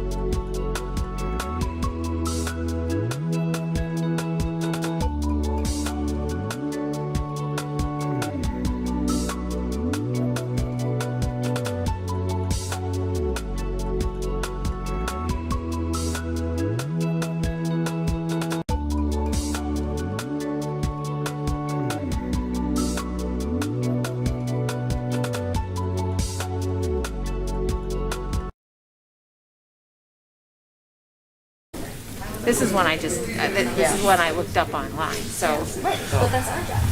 some of them seem redundant. All right, so You know, welcome to the September 20th, 2021 Operational Services Committee meeting. If I can have a roll call, please.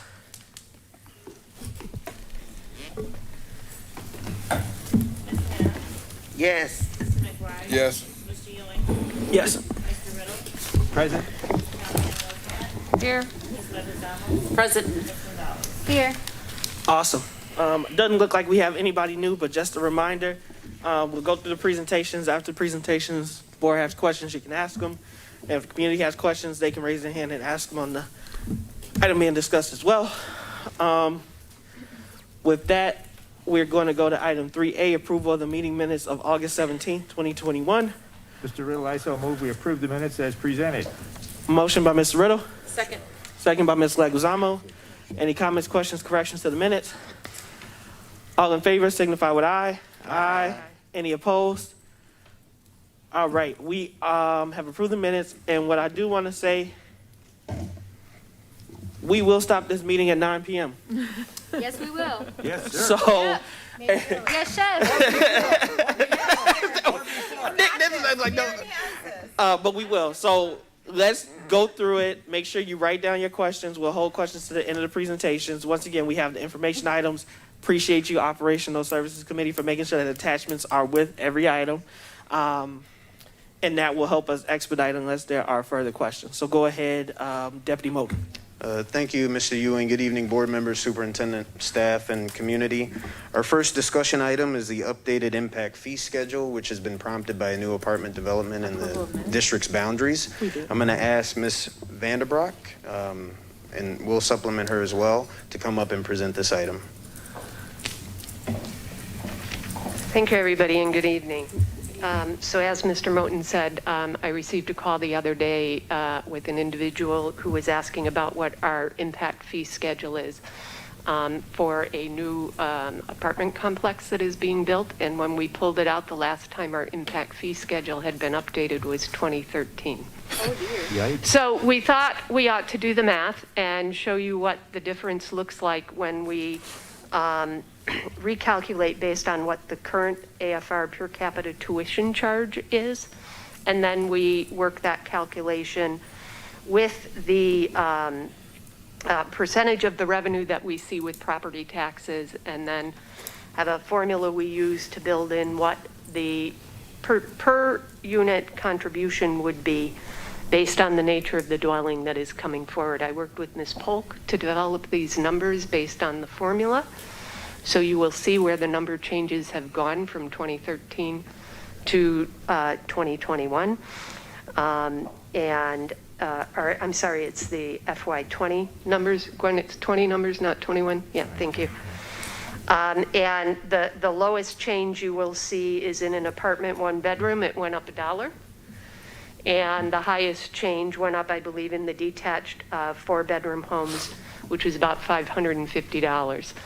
The table that we use for what is the impact on the school setting is still one that dates back to 1996. I was not able to identify a more recent table than that. It is the table that had been in the Waukegan City ordinance for this purpose. The ordinance has changed to be non-descriptive as to how the parties determine what the contribution amount would be. It would be my recommendation we continue to use this formula because it is grounded in both the impact of the development as it may impact cost to the schools, and we are tying it into the property tax purposes for that. So at the next board meeting, I would be bringing you this table to approve. If you approve the change in numbers rather than letting it stand or providing some other direction for how to look at this. And I also would be bringing you the agreement. It's a standard agreement that we have had in place in the district for many years in order for the payment to come forward for those that development as those units are sold and purchased. Any questions? I got a question for Mr. Lawson, in reference to? Mr. Riddle, I saw your hand first, and then okay. Ms. Hannah. Yeah, I just wanted to clarify, Ms. Vanderbroek, did I hear you say that since this unit is a 24 one-bedroom units, so it's just going to go up $1? Yes. Yes. Okay. Oh, gee. Okay, where do we see that on here? I see 15, So if you, $15. so the one that you have is a little harder to read because the deleted section all comes in the bubbles on the right-hand side. Oh, okay. So there it So is. you have to kind of follow the line. Oh, I see. I Deleted. can Oh, provide that at the next board meeting in a okay. different version that shows you something more specific. It makes it a little easier to see how the number has shifted within that same column. That's okay. I just didn't see where it went up $1, but now when you tell me about the line, I see there $4, and it sure deleted was 4, and now it's 5. Okay, Yes. I got it. Thank Yes. you. Thank you very much. Thanks for redoing this, Ms. Vanderbroek. It looked like it really needed to be done. Well, I have to thank Ms. Polk. She did the hard work. All right. Thank you, Ms. Polk. Ms. Hannah? Yeah, Mr. Lawson, since we have been talking about, I mean, I'm sure you know the history of the impact fees on the apartment buildings. And did we set the rates for the impact fee, or was that something that came out of the city building department, building, zoning? No, I think it came from that thing, so I don't know if we got some information from that department and put this together. Right, and so have we had, do you know if we've had any new apartment buildings in the area lately? I have not received any impact fees for probably at least a few years now. Right. Okay, because I was just wondering, because, yeah, this was brought back, like you said. Yes, and I will say, Ms. Hannah, the city did ask the developer to reach out to us. Yes, and that's the way it kind of has always proceeded, like that. Yeah. Okay. Yes. So, Ms. Gonzalez? yeah, I just had 2 questions. This had to be done just for this specific developer. And 2, depending on what that answer is, yes or no, does this mean that, I guess just for the sake of being clear to the community, does this mean that taxes are being raised where they weren't since 2013? Which I don't think is the case, but just to clarify that. So no, this doesn't have anything to do with raising anybody's taxes. Good, okay. From the taxes that we collect, we have pulled out those that are related to property so that we could keep the impact tied to property, because if we didn't do a cash donation, they would be providing us land to build a school on. So this is cash in lieu of land is the language that's used. And to your first question, the request that just came in is what triggered us to pull it up and say, oh, let's see where we are. When did we last look at this table and update it? But this is the table that would apply for any new subdivision that might come in until we update it again. Okay. Thank you. Yeah, subdivision, apartments, multiple unit apartments. Yeah. Not hotels. No. Yes, Mr. Riddle? Just one further question. The exception down there, the little where it says contribution per student. Yes. It says expenditures per pupil which are supported by general state aid and non-property tax revenue sources were excluded from this calculation. That doesn't mean that if there was government funds used for this apartment, because it's for disability, that they would be excluded, right? And Gwen will correct me if I'm wrong. These are our tax funds. This Yes, isn't okay. anybody else's tax funds. So we would get it even if the government money was used for this, right? Yes. Right, this is only. From the developer. Property taxes, it's excluding state aid. Right. Any other state taxes. Right. It's only property taxes, and it's based on actual receipts and FY20s. Okay. Oh, Thank you. Do we have a? If that's it? That's All right, thank you very much. They don't have an address there.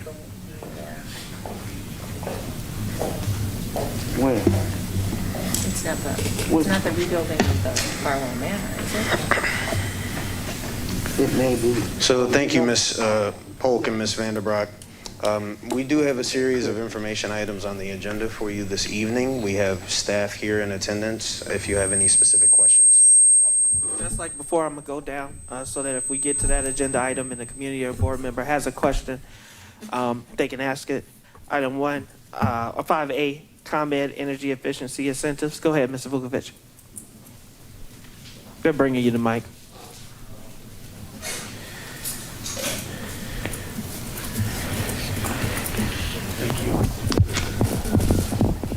Thank you. I just want to commend you for the board, the staff for doing that program. There seems to be a lot of money that will be coming back in the district and a lot of savings.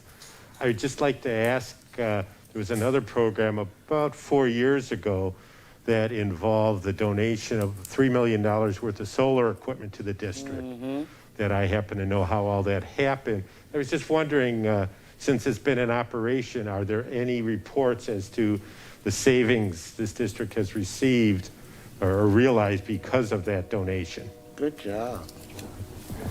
Thank you. Thank you, Mr. Vukovic. Is this on? It's off. It's off? Okay. Thank you, Mr. Vukovic. So that was a donation by NRG Energy. We put that in, I believe, 7 of our facilities. We would be happy to provide some savings information from that. As we have seen a substantial amount of savings. We also did some preliminary projections, if the board recalls, when they implemented that program at those 7 sites. But again, I am not here this evening with the specific data on the savings, but we can certainly bring that back as it has been a huge benefit to our district. And could you include, Mr. Moulton, for the benefit of those new board members, the sites that the solar panels have been installed in? What else do y'all want to know? I saw it out in board docs. Yeah. It's a nice plan. Yeah. If I wanted We got it information, I would have done. asked for it myself. Thank you, Mr. Martin. Yeah, and, but could you still bring the names of the sites back, please? Yes, ma'am. We'll bring back the information. Thank you.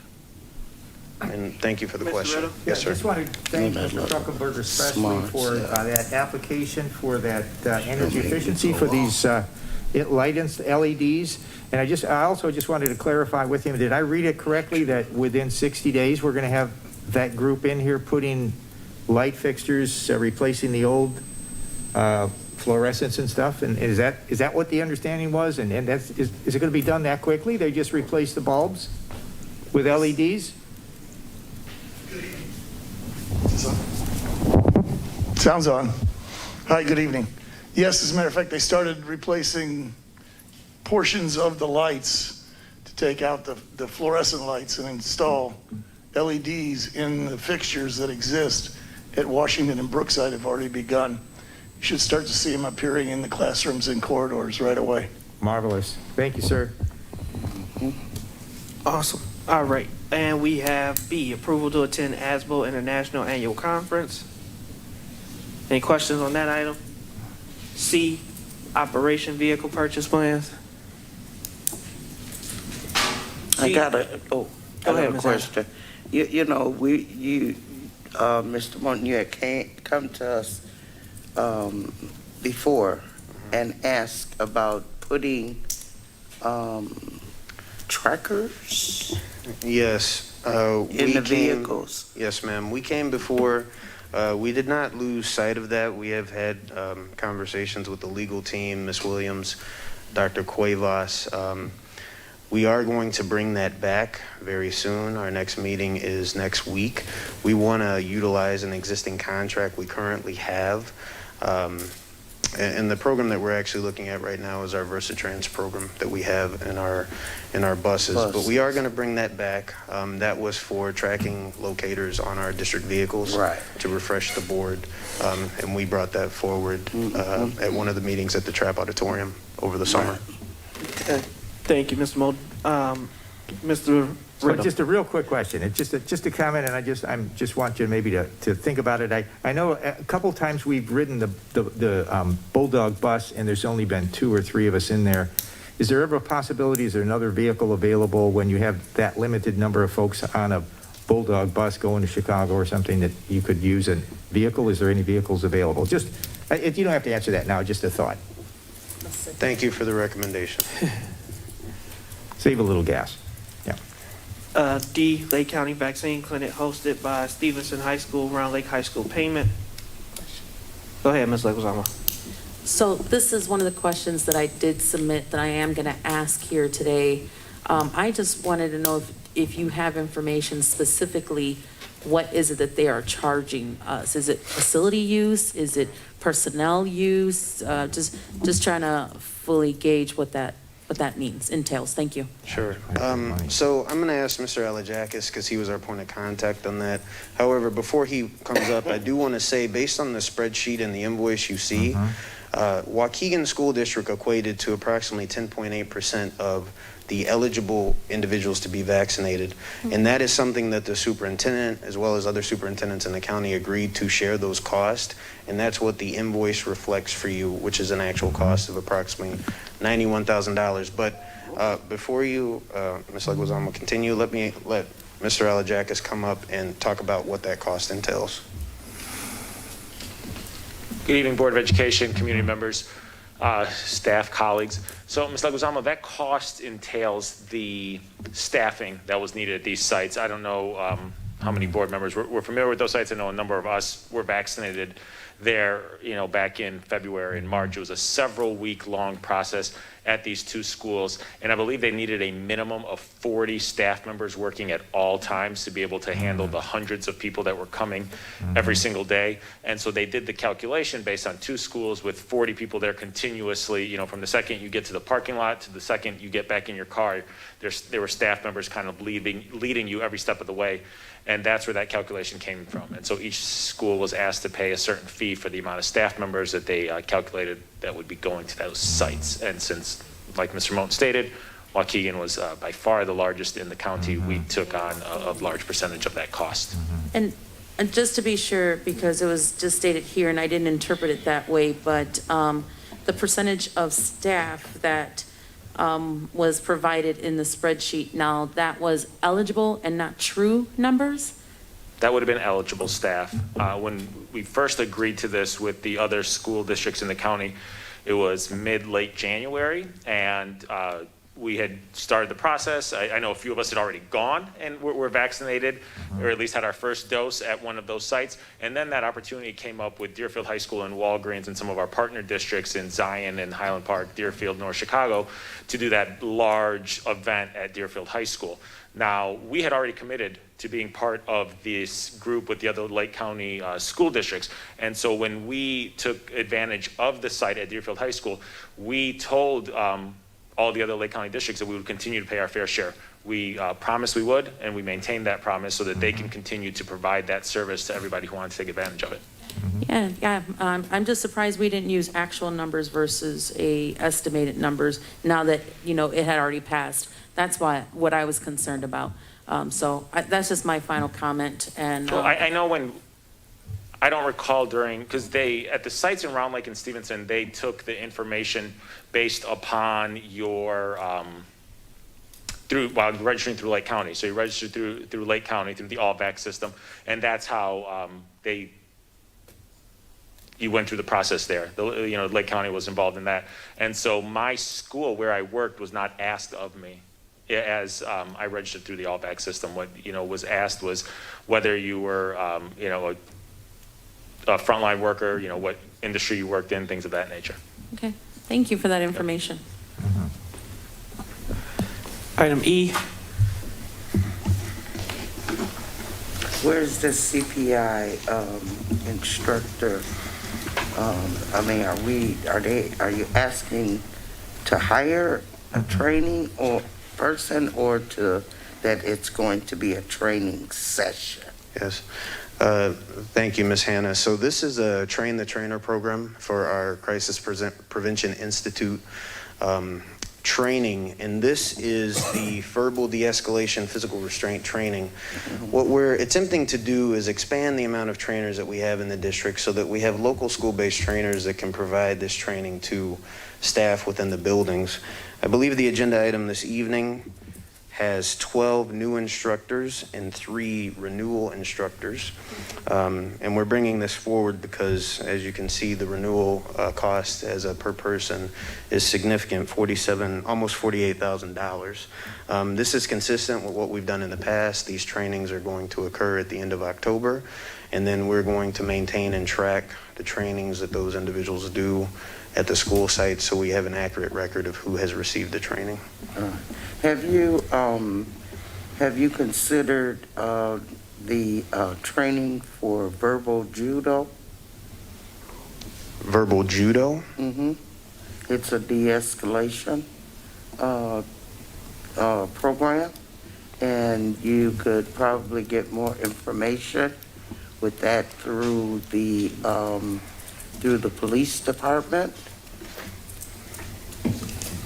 And it's called verbal judo. Yeah, Ms. Hannah? Yes. When I worked for the sheriff's office, verbal judo is something the detectives and things use to get information, as well. So it's sort of a... Right.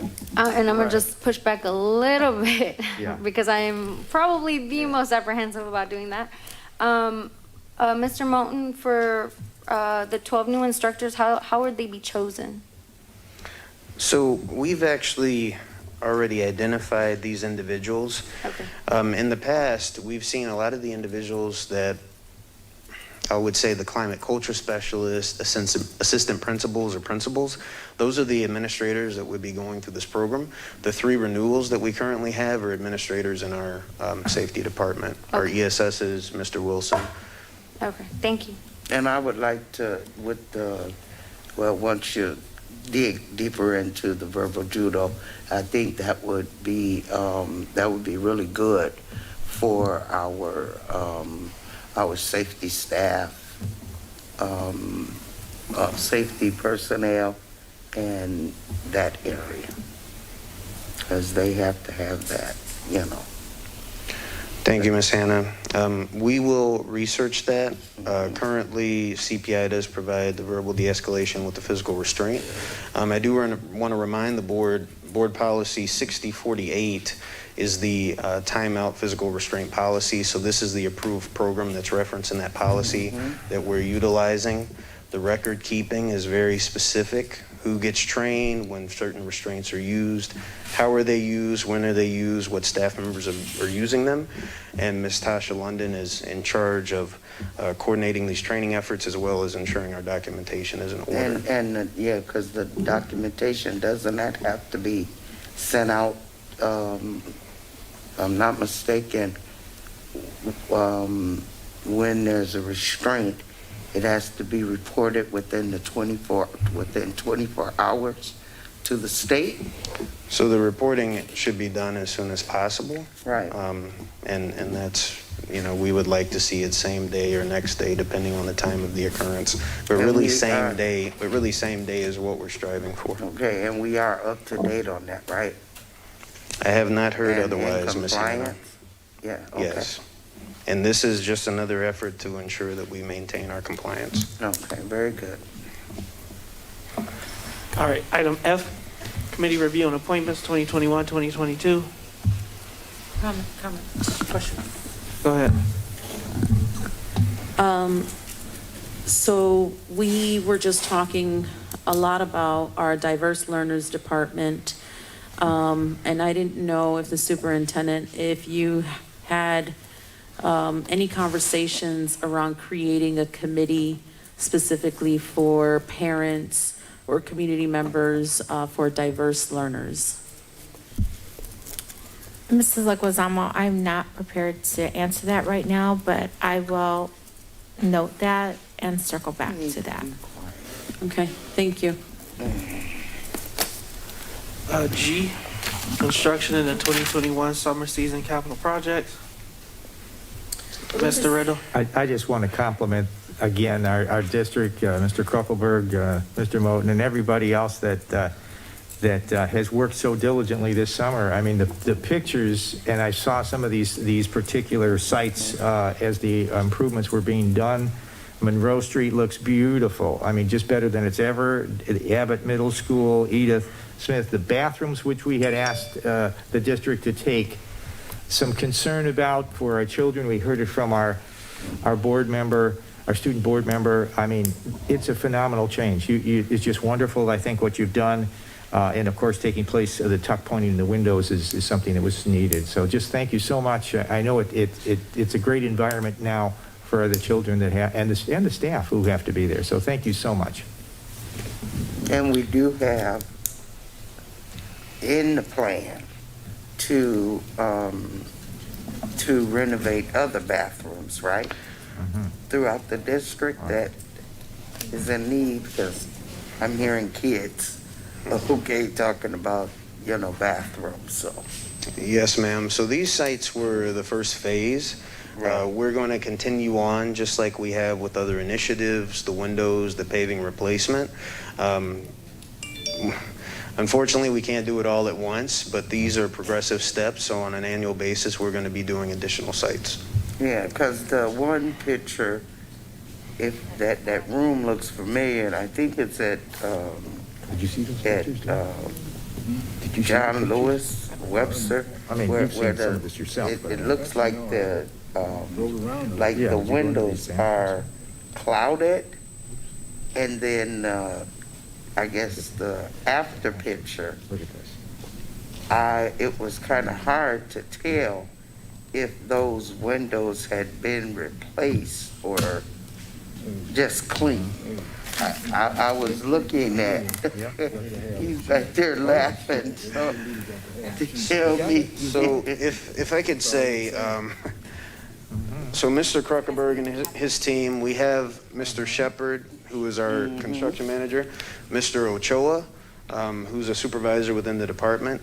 And I would be remiss to not thank the board and the superintendent for the vision and initiative to do this, as well as the financial services team and the principals at the school sites that let us really infringe on their space. As we've said before, this is a 12-month process, not just condensed in the 8 to 10 weeks in the summer to make this possible. These gentlemen are here. If you do have any specific questions, I don't know what site specifically you're referencing, Ms. Hannah. Maybe they do. But they are still here and available if you have any specific questions in regards to that scope of work and the pictures. And if you guys can maybe stick around for like 2 minutes, and Ms. Hannah can ask you offline. Are there any other specific questions? We have our reports that have been submitted. With that, I like a motion to adjourn. Motion. Second. Motion by Ms. Gonzalez, second by Mr. Riddle. All in favor signify with aye. Aye. Any opposed, nay. And if you guys just want to see maybe what Ms. Hannah is talking about and answer her question offline. Thank you, Board Thank you all. President.